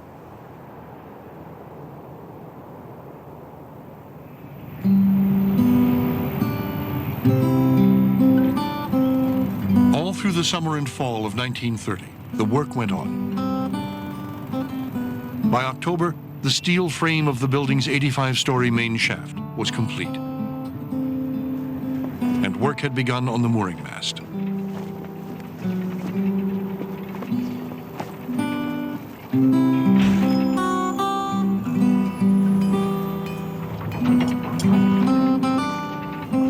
In January 1931, the soaring tower's uppermost beams were riveted into place, a quarter of a mile in the sky. Despite howling north winds, freezing rain, and blinding fog. At exactly 5:42 p.m. on the afternoon of March 18, 1931, the completed mooring mast was topped off. A few weeks later, the last of the interior finishing work was complete. In the end, John Jacob Raskob and Al Smith had triumphed, conjuring from the dwindling oxygen of the extraordinary decade, the tallest building in the world. A distinction it would proudly hold for more than 40 years. And despite other taller structures to come, never seemed to lose.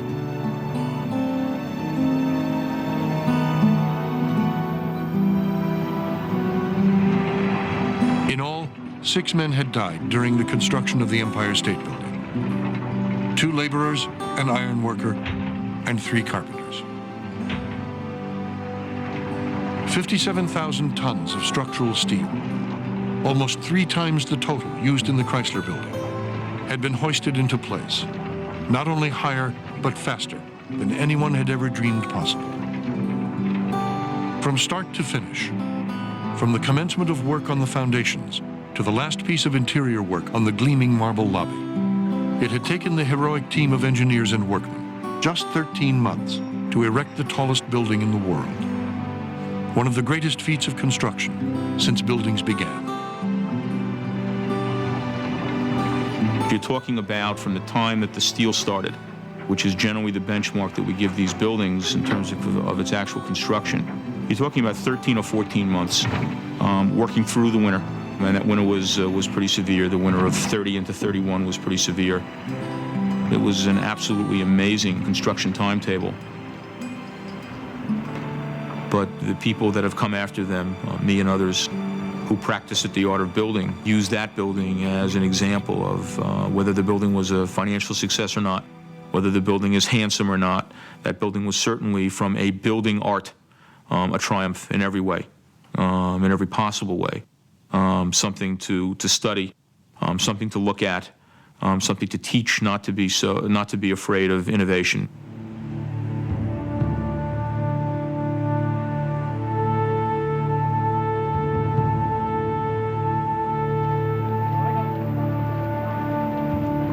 Opening day, May 1st, 1931, dawned bright and clear. We are about to officially open the Empire State Building, the largest and most beautiful office building in the world.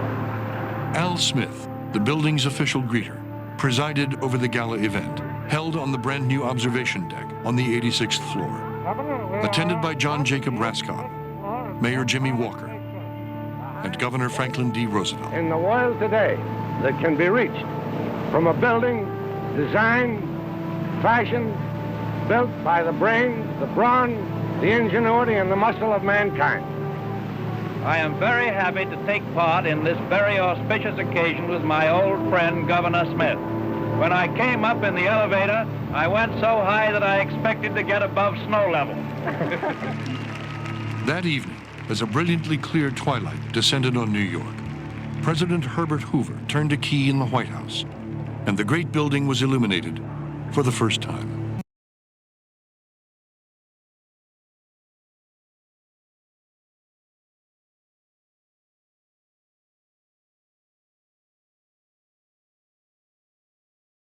The History Channel, where the past comes alive. They tread narrow steel beams hundreds of feet in the air to raise the skyscrapers and bridges that define the American skyline. Theirs is a world where one wrong step can be their last, and sudden death is an ever-present fact of life. They are the ironworkers who risk everything to pierce the sky with the monuments of the modern world. Meet the Skywalkers who walk the high steel, next on Suicide Mission.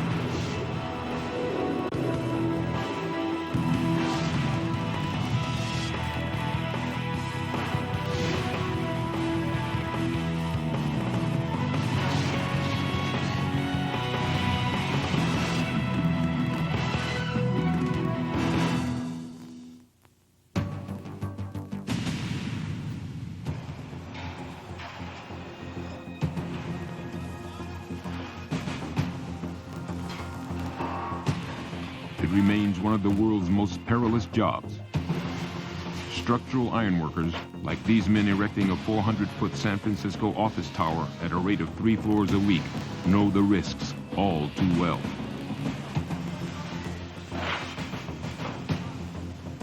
For hanging iron far above the ground in a death-defying dance with machinery and tons of swinging steel is an age-old combination that can spark fear in even the bravest men. First time you have to walk out in the iron. Man, my first job for the first 2 nights, 3 nights, and I had nightmares. I was waking up in a cold sweat because, I was 100 feet off the ground. It doesn't matter after, a certain height. There's nothing underneath you. If you fall, you're dead, and you know it. You got to give 110%. If not, you're pretty much gonna die. I mean, if you one slip, you fall 8 stories, it's all over. Grab us some that. The margin of error, especially on iron steel, is next to none. If you're on a structural and something happens, usually you're dead or seriously hurt. Iron workers have a saying, the fall's not what kills you, it's a sudden stop.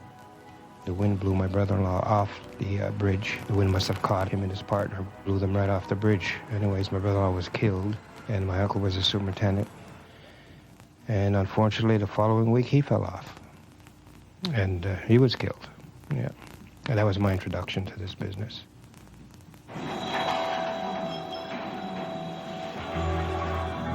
Faced with these perils, the Ironworkers Union and the U.S. government have waged a 100-year war for safer work conditions.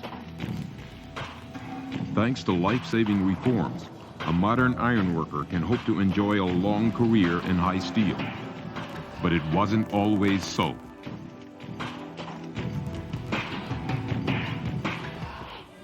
By the late 1860s, with railroads forging their way across the continent, wooden bridges proved too weak to support the huge trains that traversed them.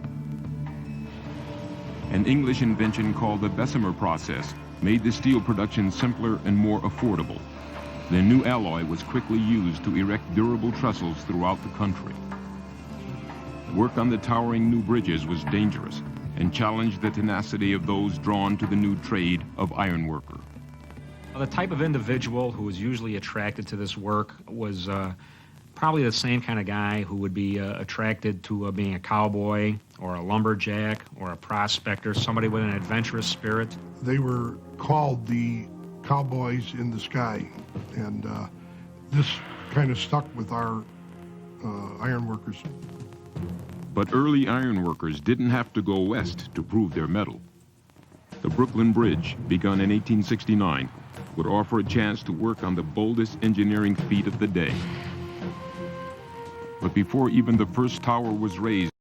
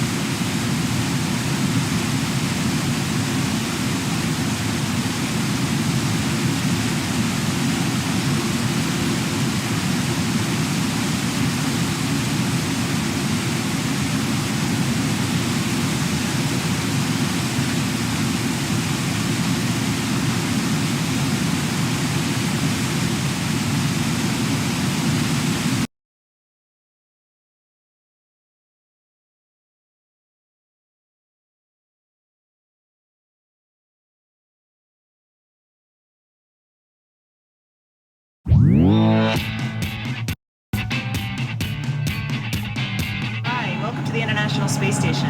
As all of my family and friends know, I love to run when I'm on Earth. Luckily, we have the capability to run here on the space station too. In fact, it's one of the 3 exercises that we do on a daily basis to help keep our hearts and our bones and our muscles strong while we're here without the gravity pull of Earth affecting our body every single day. So let me show you how we do it here. This is our treadmill. It's called T2. It's located in Node 3 on the International Space Station. You'll notice that the treadmill can move. It's on a vibration isolation system like all of our exercise equipment is. And the reason is because there are a lot of loads when we run on a treadmill, and we really don't want to impart those loads onto the space station. So we have all of our exercise equipment on vibration isolation system. Obviously in space we need something to keep us on the ground when we're running. What we use is a harness, which is very much like a backpacking harness, and the straps are adjusted so that the load is evenly distributed between your shoulders and your hips, just as if you were backpacking. We attach, by these rings, the harness to a system of hooks and bungee cord. You can see there's some stretch in the bungee cord, and then we can adjust and change the number of hooks that we use. Today I'm going to use 4 hooks. If I were to use 3 hooks, it would provide a little more load. If I used 5 hooks, it would be a little less load. And then in that way we can adjust the amount of load on our body as we're running. The T2 is controlled by our laptop here in front of the treadmill. And once I'm all strapped in, I can go ahead and select a protocol. Our trainers on the ground get protocols designed for us that we can use. Although the protocol, this is an interval protocol that I can do. And now you can see that there's a target load. The target that my trainers wanted me to reach was a 100-pound load. There are load cells in the treadmill, and that's how it's determining. And you can see with the 4 hooks that I put on, it's pretty close to what the target load is. Click OK, and then I'm ready to run. You can see we also have heart rate on display. We wear heart rate monitors. And once I push start, the treadmill belt will start moving, and I'll just follow the protocol.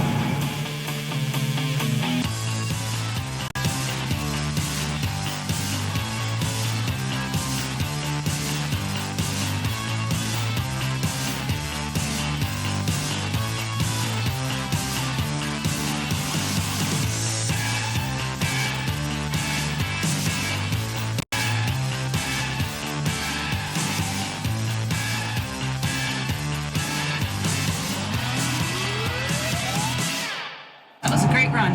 Not quite the same as being out in the fresh air with the wind in your face, but a nice alternative.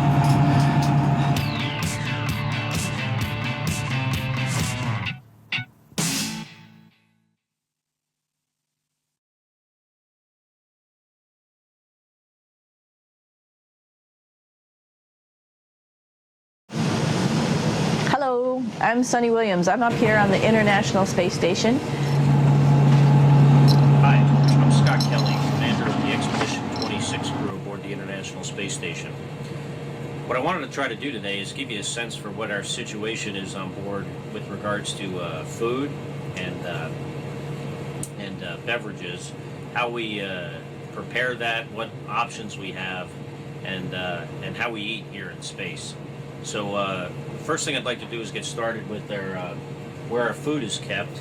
The food that we're actually using is kept in Node 1 of the space station, and it's basically in these food containers, metal food containers, or in some bags that we have here staged for our use. But these food containers are categorized in different categories, I guess you'd say, and we have some that are side dishes, meats in pouches and cans, vegetables, and they're actually packaged in different ways. For instance, most of the meat we have and other kind of main dishes are packaged in these green containers, and we we heat these up in a small food warmer, and I'll show you what that looks like. But basically, they're little green packages of meat, and in this case, this is beef tips with mushrooms, and we have crawfish etouffee, and these are what's called irradiated food, so they're hit with large doses of radiation to kill any bacteria so they can stay at the room temperature and not spoil. There's also some stuff in here that's kind of off the shelf, like this tuna fish that we have. We also have some rehydratable food items. Water is heavy, and I'll talk a little bit about our water later, but they take the water out of the food because it's more efficient to add it once we get on board, and I'll talk about how we make our water here in a little bit. But we have these rehydratable food packages. For instance, here's one. I'll make this for lunch. It's asparagus, and it's in a little plastic container with some dehydrated asparagus. In this case, I'll add 50 milliliters of water to it, and it takes 5 to 10 minutes to rehydrate. So with that, I'd like to show you how we prepare this food, how we add water, warm it up, and a little bit about the beverages on board as well. So come join me in the lab where that's accomplished.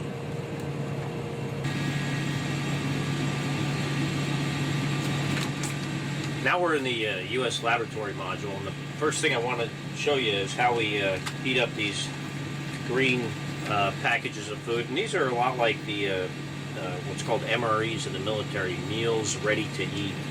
And a matter of fact, I think they come from the same company that the U.S. military uses, whereas these other packages are produced at the food lab at the Johnson Space Center. So this is basically this is our food warmer, and it's basically a suitcase with some heating elements in it, and we could put a number of different food packages in here. Basically, we just close it up and turn it on, and in about 20 minutes that package of food will be warm. So next I want to talk about our how we add water both to our drink packages and to the food packages, and that's also done in the laboratory module on the ceiling. And there's a potable water dispenser there that dispenses both room temperature and hot water. So let's go over there and check that out.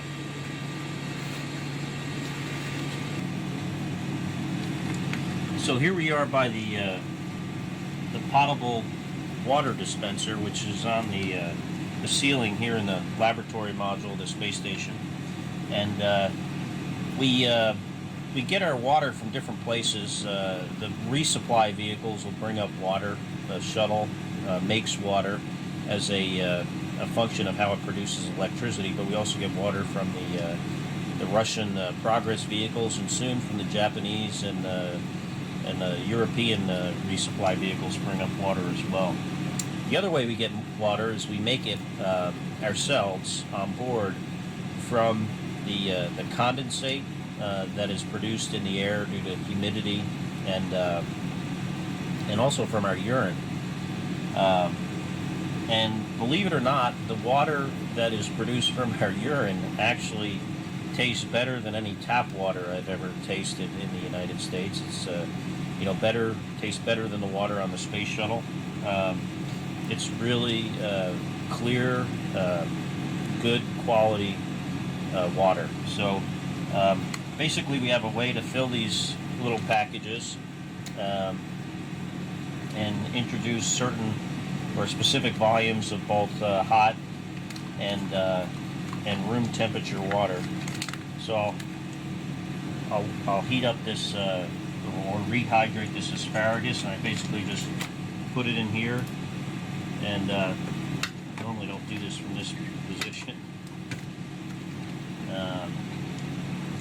And I'll put 50 milliliters of hot water in there to heat it up.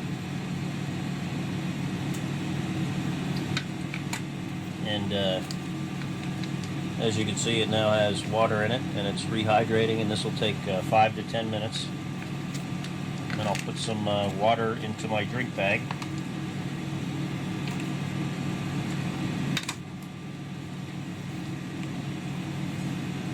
I'll put 250 milliliters of water in this drink bag for lemonade.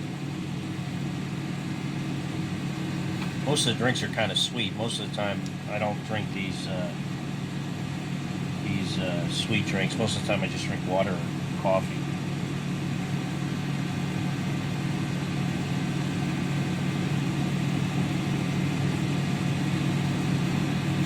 Okay. And what we do is just put a straw in here. And the other nice thing we have on board is a very small refrigerator, and it'll cool these drinks up very nicely.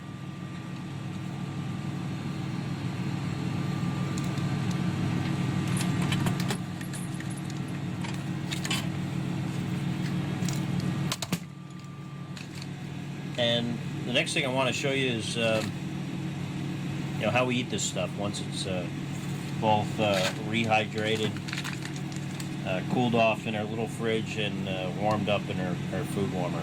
So please join me back in Node 1 around the dinner table where we eat.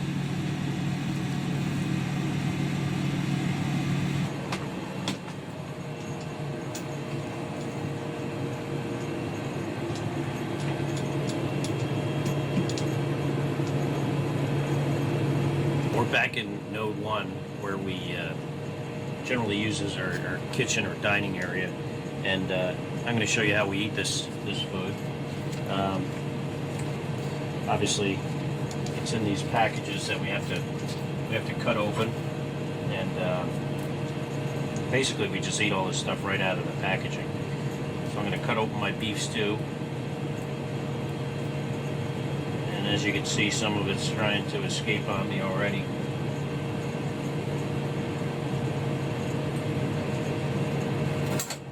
I generally will eat these things one at a time, just because it's easier to manage without, having to put this stuff down. But as you can see, it doesn't look too bad. It's actually pretty tasty.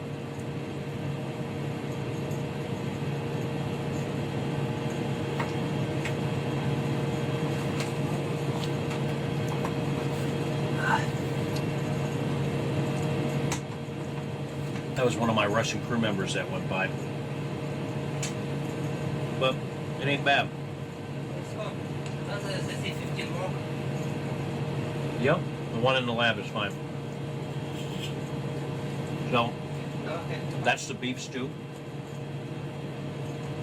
Alright, we need an SSD number to dial, and if you give us that, we won't be ready after this short handover to start your PFC. And this isn't the asparagus I made, because the asparagus floated away somewhere. Not sure where it went. I'm sure it'll turn up in a couple of days.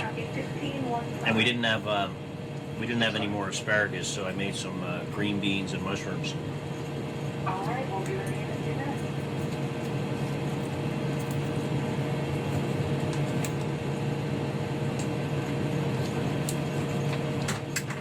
So we cut this open and just eat it right out of the package. That was Oleg Skropochka again, going back to the Russian segment.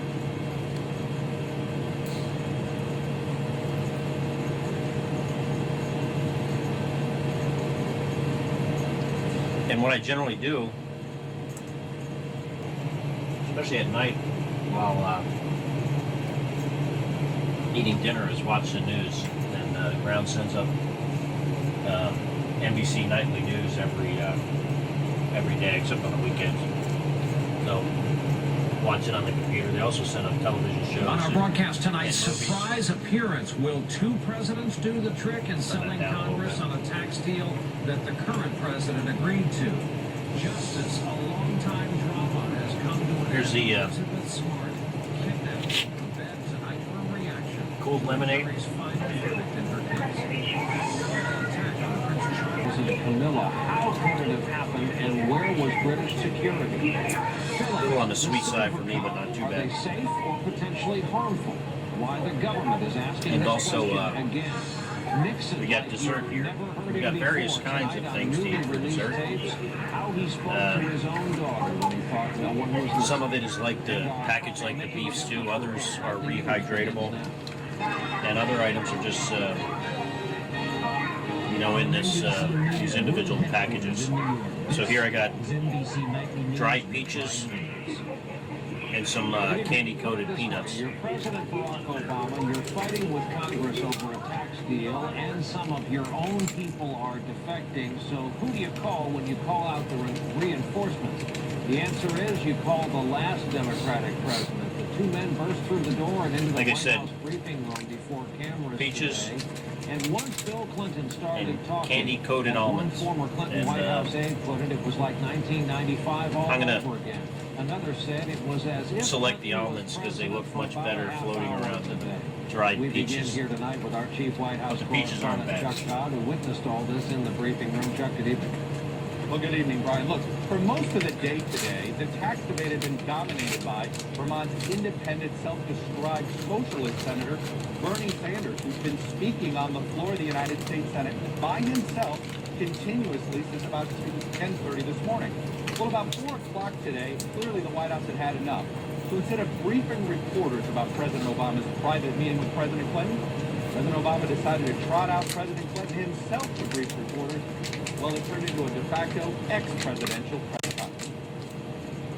The agreement taken as a whole is, I believe, the best bipartisan agreement we can reach to help the largest number of Americans and to maximize the chances that the economic recovery will accelerate and create more jobs, and to minimize the chances that it will slip back. There's never a perfect bipartisan bill.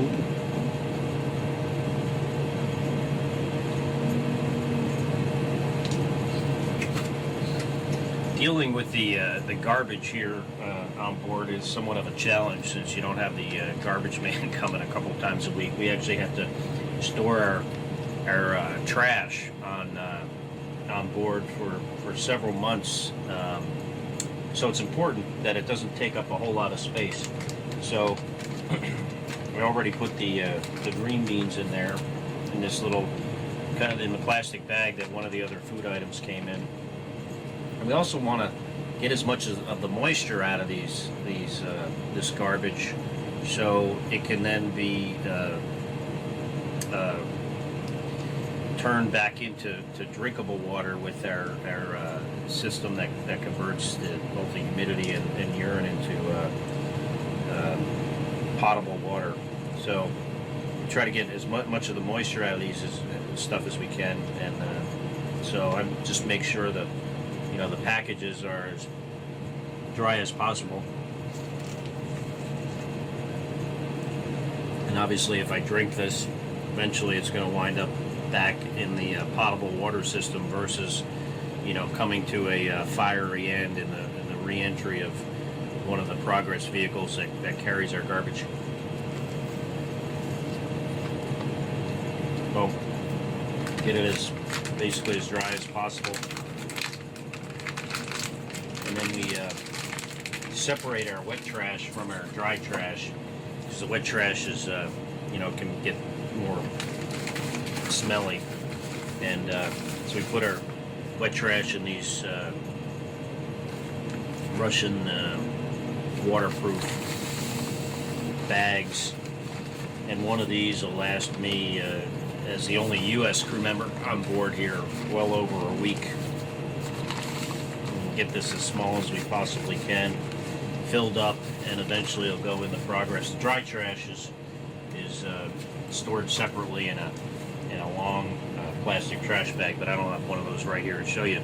In any case, hope you enjoyed joining me here for lunch on the International Space Station and learned a little bit about how we manage and deal with the food and beverages on board. Thanks for joining me today.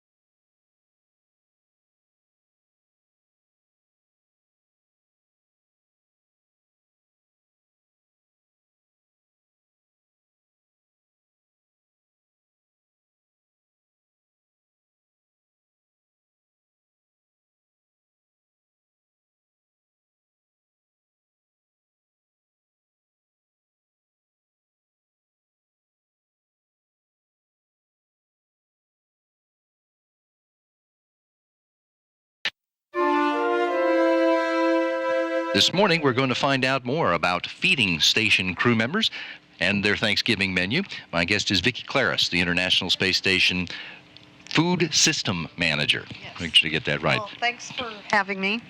Thanks for having me today. In general, Vicki, tell me, how much food does it take to feed an astronaut in space? Well, if you look on the average, we're looking at about 4 pounds of food and packaging per person per day. 4 pounds a day. That sounds like a lot. Yeah, it is a lot. And when you consider some of that is dried and they're having to add water to it, then yeah, it is a lot. Do American astronauts only eat the American food that you and your folks are getting ready for them? Well, our responsibility is to feed the 3 U.S., what's called USOS, the U.S. segment crew members, and then there's 3 cosmonauts on board, and the Russians have the responsibility to provide food for those. However, it is up to the crew on orbit to decide how they share the food and how often they share the food. So, yeah, they do share, and it varies from increment crew to increment crew as to how much. How far in advance do you have to work to plan for this, to get, for instance, food for Barry Wilmore on the station when he is there? Actually, we are working typically about 18 months in advance. So we have a standard menu. So most of the core menu is the same. And so, we just pre-position that. But then each crew member gets a certain amount of preference food. We call them bonus containers. And so they, that container has their name on it with their selections in it. And so that's what we have to be sure is there at the right time for them to utilize.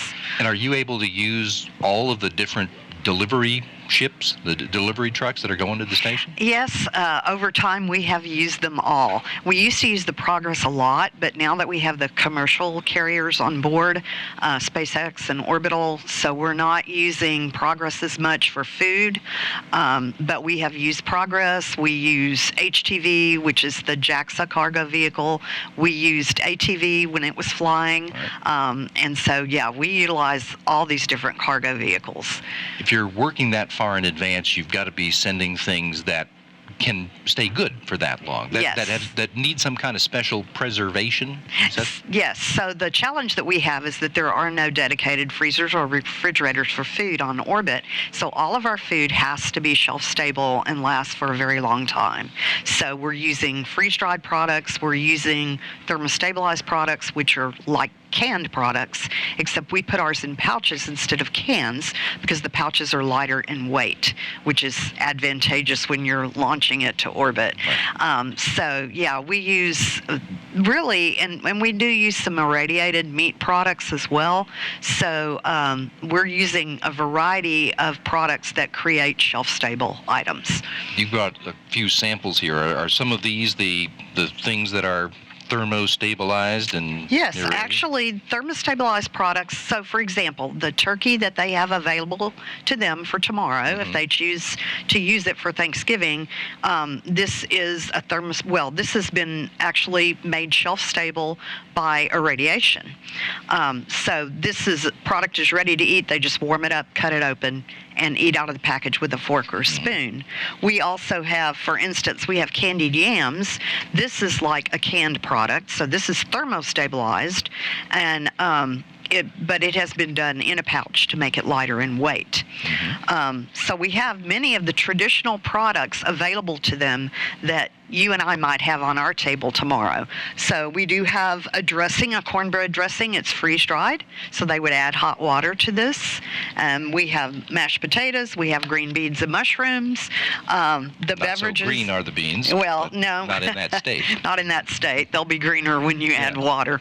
And then we have powdered beverages. In this case, I brought a tea with lemon and sugar. So they would rehydrate this, put it in they do have a small chiller where they can chill their beverages, and then they would have to drink the beverage through a straw.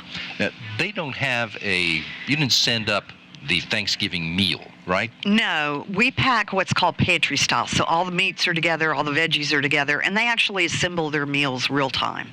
So crew members, so we don't have a set aside meal for Thanksgiving, but they do have all these products available to choose from. And crew members who know that they're going to be on orbit during the holidays, they often put special items in their bonus containers with the holidays in mind. So we don't typically reveal what crew members have chosen for their bonus containers, but I can tell you in the past, crew members have taken things like cranberry sauce that they wanted to have on orbit, some of the shelf-stable icings, frostings that you get in tubs.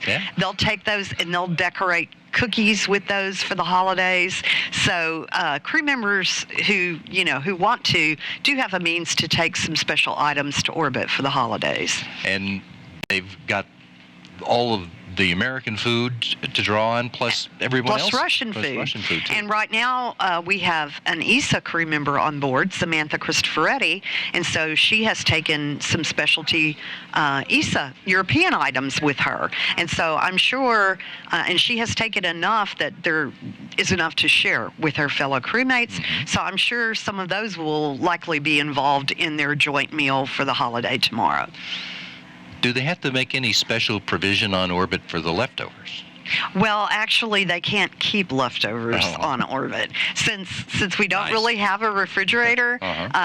They really have to either eat it or toss it because they really don't have a way to preserve leftovers. So 4 pounds a day. That still sounds like a lot. But you have to remember that's the packaging as well as the container that it's in. Not just so it's the food. not just the food. They're not eating but it that much. still is a significant amount. Right. Yeah. Vicki, it's very interesting to learn about this. Thank you. Thank you for coming today. Well, you're welcome. Vicki Claris is the manager of the International Space Station Food System.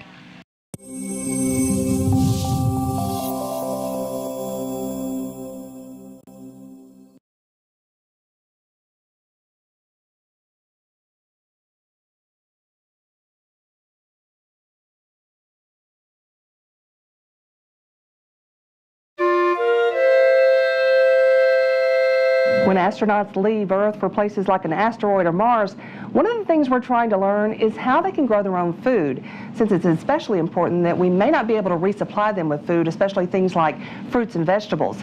That's where a facility called Veggie comes in. And Veggie is already proven that you can grow lettuce in space. So now the question is it safe to eat?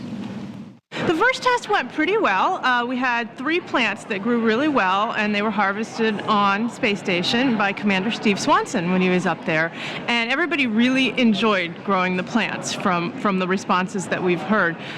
We did have a few issues with the watering system for veggie, so we're actually working on trying to get those issues solved and grow some more plants for the crew. So what did you grow, and did it grow?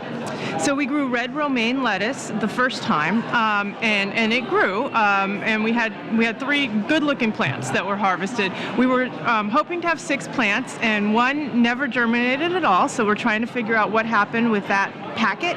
I think we're growing the veggies in what we call plant pillows. They're little grow bags, and so we brought that one back to figure out why it didn't grow. And then 2 actually died because they had some water stress. But the other 3 grew fine. Commander Swanson actually watered the plants directly, and that helped to save them. So station 2 for veggie, the 5 other pillows worked without any problem. That's great to hear. So now we're figuring out why the watering system didn't perform in the way that we needed it to, and we'll be able to try it again. But it was red romaine lettuce was the first crop. And did anyone taste it after it came back? No. So we harvested them in June, and they were frozen on orbit because we really wanted to figure out the food safety, the microbiology of these plants, to know, are they safe for the crew to eat? There's not really an easy way to wash your vegetables in space. And so we had them frozen in Melfi in the -80 laboratory freezer on ISS, and then brought back on SpaceX 4. So we got those back around the end of October, and we were able to look at the microorganisms on the plants. So I know you're in the middle of analyzing the lettuce that came back, but is there anything you can share with us right now that you've learned so far? So we did preliminary food safety analysis of the microbiology, and that looked about what we would expect on station. The levels were fairly consistent. You know, they probably are low enough that the food would actually be safe for the crew to eat. So we're working right now with the Advanced Environmental Health and the food folks to get to that point. We also analyzed the plants in terms of antioxidants, anthocyanins, phenolics, and elements, and those all looked pretty similar to the ground plants. There might be some differences, but we had such a small sample number, it's a little hard to tell. We're doing some other things right now in terms of the plant pillows and doing the analysis of those, but that's still in work. There is no up or down in space, so how do the plants know where to go? Right. Or grow? I mean, it's a very good point. Plants are really interesting in that they kind of key in on different stimuli. So in the absence of gravity, the shoots grow towards the light. You know, and on Earth, shoots grow towards the light. So in veggie, we have the lights on top, and the shoots grow up.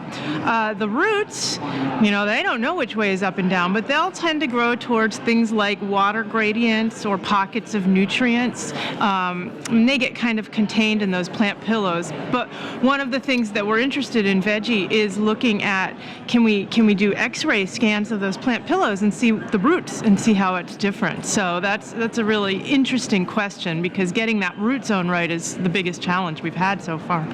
Now, will this help with crop production on Earth? Well, I mean, we're learning a lot of basic plant physiology using the space station. You know, veggie is one thing, but we've had years of really great experiments, and we still have a lot of really great experiments going on, and we have some more hardware that's going to be going up in the next couple of years, a very high-tech plant growth chamber called the Advanced Plant Habitat, where we'll get even more really solid information on plant physiology in space. And, you know, we're also learning about building better plant growth systems. The lighting studies that we've done here on Earth, trying to figure out what's the most efficient form of electric lighting, are being used in commercial greenhouse industries now. You know, the same types of LED lighting that we're using on veggie is going on in commercial greenhouses around the world, and in things like plant factories, vertical urban agriculture. So right there, a lot of this NASA research, you know, is kind of translating into commercial applications that help us grow healthier, you know, more efficient, more energy efficient, more labor efficient types of crop plants, because we got a lot of people to feed on this planet. So anything that we can learn can, hopefully translate. So what are the types of plants you're looking at next? So the next types of plants that we're thinking about growing are more leafy greens for the near term, because they grow more quickly, and they're something that the crew might be able to eat as a salad in the next year or so, and that would be ideal. So we're looking at like small Chinese cabbages and other varieties of leafy greens that would taste good, be nutritious, and grow well. And then a little farther out, we're starting to look at dwarf peppers and dwarf tomatoes, because we want these other components of the salad system. A salad is not just lettuce, so it'll be nice to have that variety as well.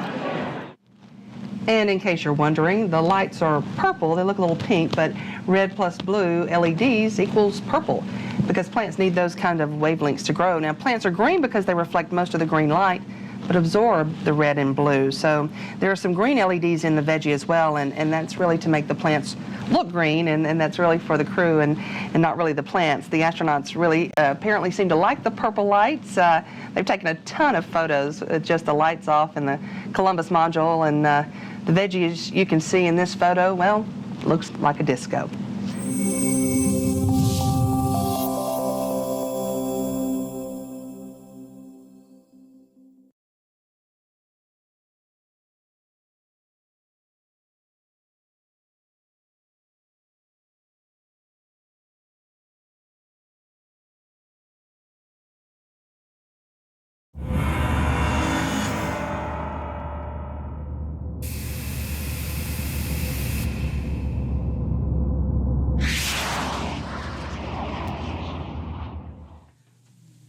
It's all about fluids, flames, and materials research aboard the International Space Station. Hi, I'm NASA astronaut Tracy Dyson.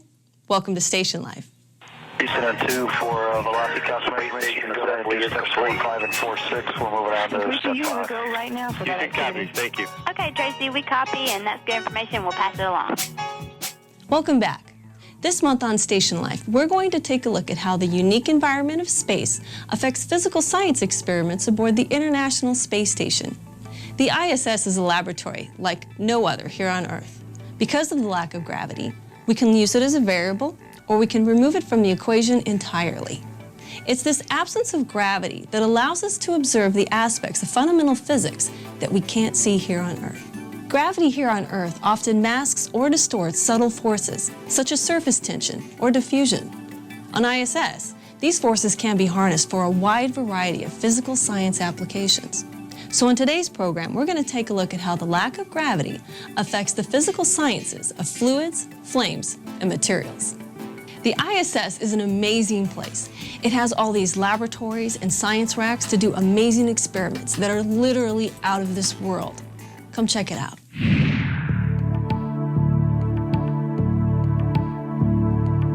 The International Space Station is the largest, most complex object ever assembled in space, and is clearly visible from Earth with nothing more than the naked eye. From end to end, the station is slightly longer than an American football field. The biggest shock, I would say, the biggest impact that I had during my flight is the first time I looked out the window of the orbiter and saw the space station. It was huge. It was huge and shiny and beautiful. Looking at it and knowing that a man-made structure that big is actually up there. The interior of this incredible structure is larger than a 5-bedroom house, with 2 baths, a gym, and a 360-degree bay window. The station's mass is almost 1 million pounds, and it contains about 32,000 cubic feet of living space. The space station functions as a microgravity and life sciences laboratory, a testbed for new technologies, and as a platform for both Earth and celestial observations. The complex is made up of multiple interconnected modules, grouped together at the center point of a 357-foot-long integrated truss structure. Power is generated through 4 giant solar arrays attached to the ends of the truss. The pressurized components include 3 laboratories: the U.S. laboratory module Destiny, the European Research Laboratory Columbus, and the Japanese experiment module Kibo. The Russian service module is the structural and functional center of the Russian segment of the station. It provides living quarters, communication systems, an exercise facility, and flight propulsion systems. Other Russian segments include the functional cargo block, 2 mini research modules, and a docking compartment. The Italian Space Agency provided a permanent multi-purpose module, which can host up to 16 additional racks containing equipment, experiments, and supplies. There are 3 modules called nodes that connect the elements of the station and provide berthing ports. The primary residential areas include the Russian service module and Node 3 Tranquility, which contains a bathroom for crew hygiene and exercise equipment, a treadmill, and a zero-G weightlifting device. The Quest airlock provides the capability for extravehicular activity, or EVAs. This is the module that provides the exit for spacewalking astronauts to go outside the station to work. The Cupola is a small module designed for the observation of operations outside the space station. Similar to a bay window in a home on Earth, but with a 360-degree view, the Cupola allows crew members to observe the approach of vehicles, as well as all robotic arm operations and spacewalks. The Canadian-built Space Station Robotic Arm is a larger version of the arm on the Space Shuttle and is used to move equipment and hardware around outside the station. The space station is the home of 6 full-time crew members and is made up of astronauts and cosmonauts from nations around the world. More than 200 people have visited so far, and at least another 120 will live there over the next decade.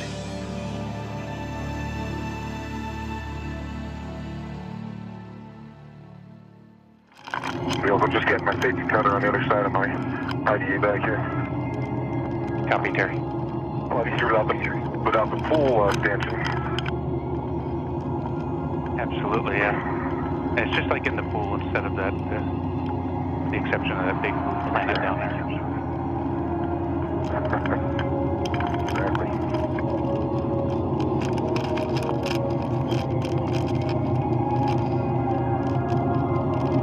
As the International Space Station flies 257 statute miles over the coast of Chile, Terry Virts in the initial moments of his first spacewalk.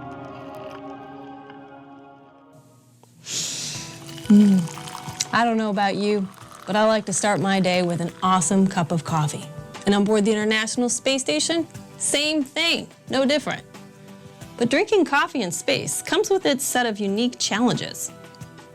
Without the pull of gravity, liquid acts in really strange ways. Even some of the most basic maneuvers, like drinking from a coffee cup, are confounded by the absence of the most fundamental forces we Earthlings take for granted. I mean, last time I lived on board the space station, we had to drink coffee out of one of these, a bag with a straw. One problem? There's no smell. No, I find half the joy of drinking coffee is the aromatic bouquet as you drink it. So fellow astronaut Don Pettit came up with the solution and helped co-invent the first ever microgravity space coffee cup to enhance your coffee drinking experience on the ISS. So here's my good buddy Don Pettit explaining his ingenious, and that's more than genius, solution to the ISS coffee dilemma. I love that guy.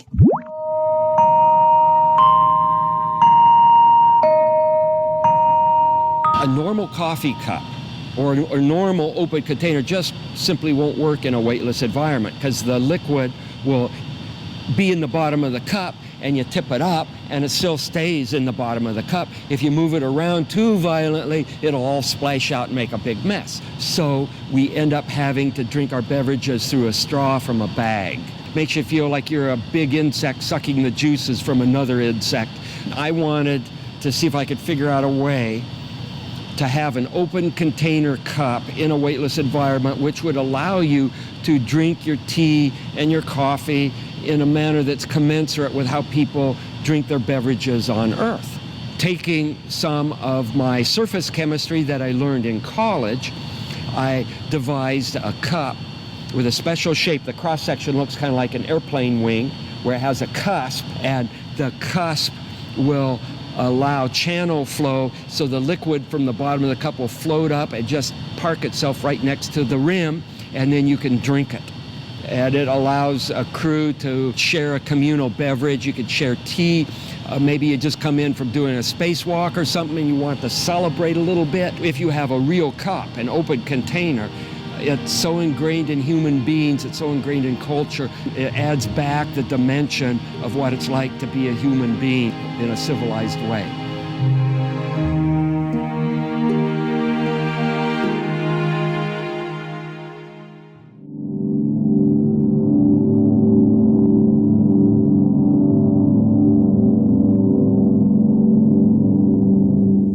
All kidding aside, the solution of drinking coffee in space, combined with the invention of the space coffee mug, have helped us better understand fluid properties in microgravity.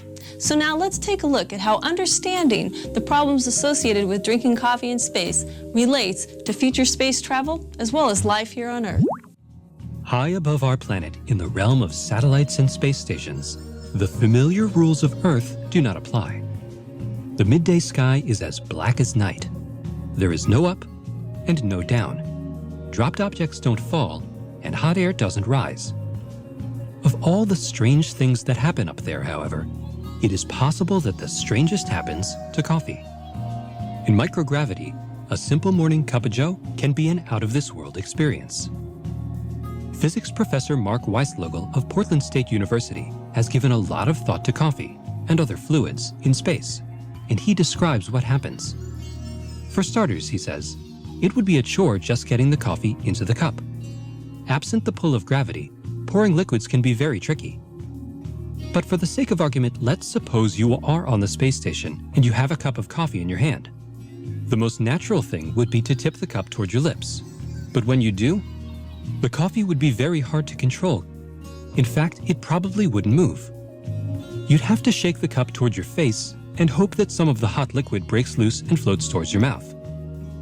On the bright side, you will probably be wide awake by the time the cup is empty. Coffee is not the only liquid that misbehaves in space. Cryogenic fuels, thermal coolants, potable water, and urine do it too. The behavior of fluids is one of the most unintuitive things in all of spaceflight. This poses an extreme challenge for engineers designing spacecraft systems that use fluids. Our intuition is all wrong, laments Weislogel.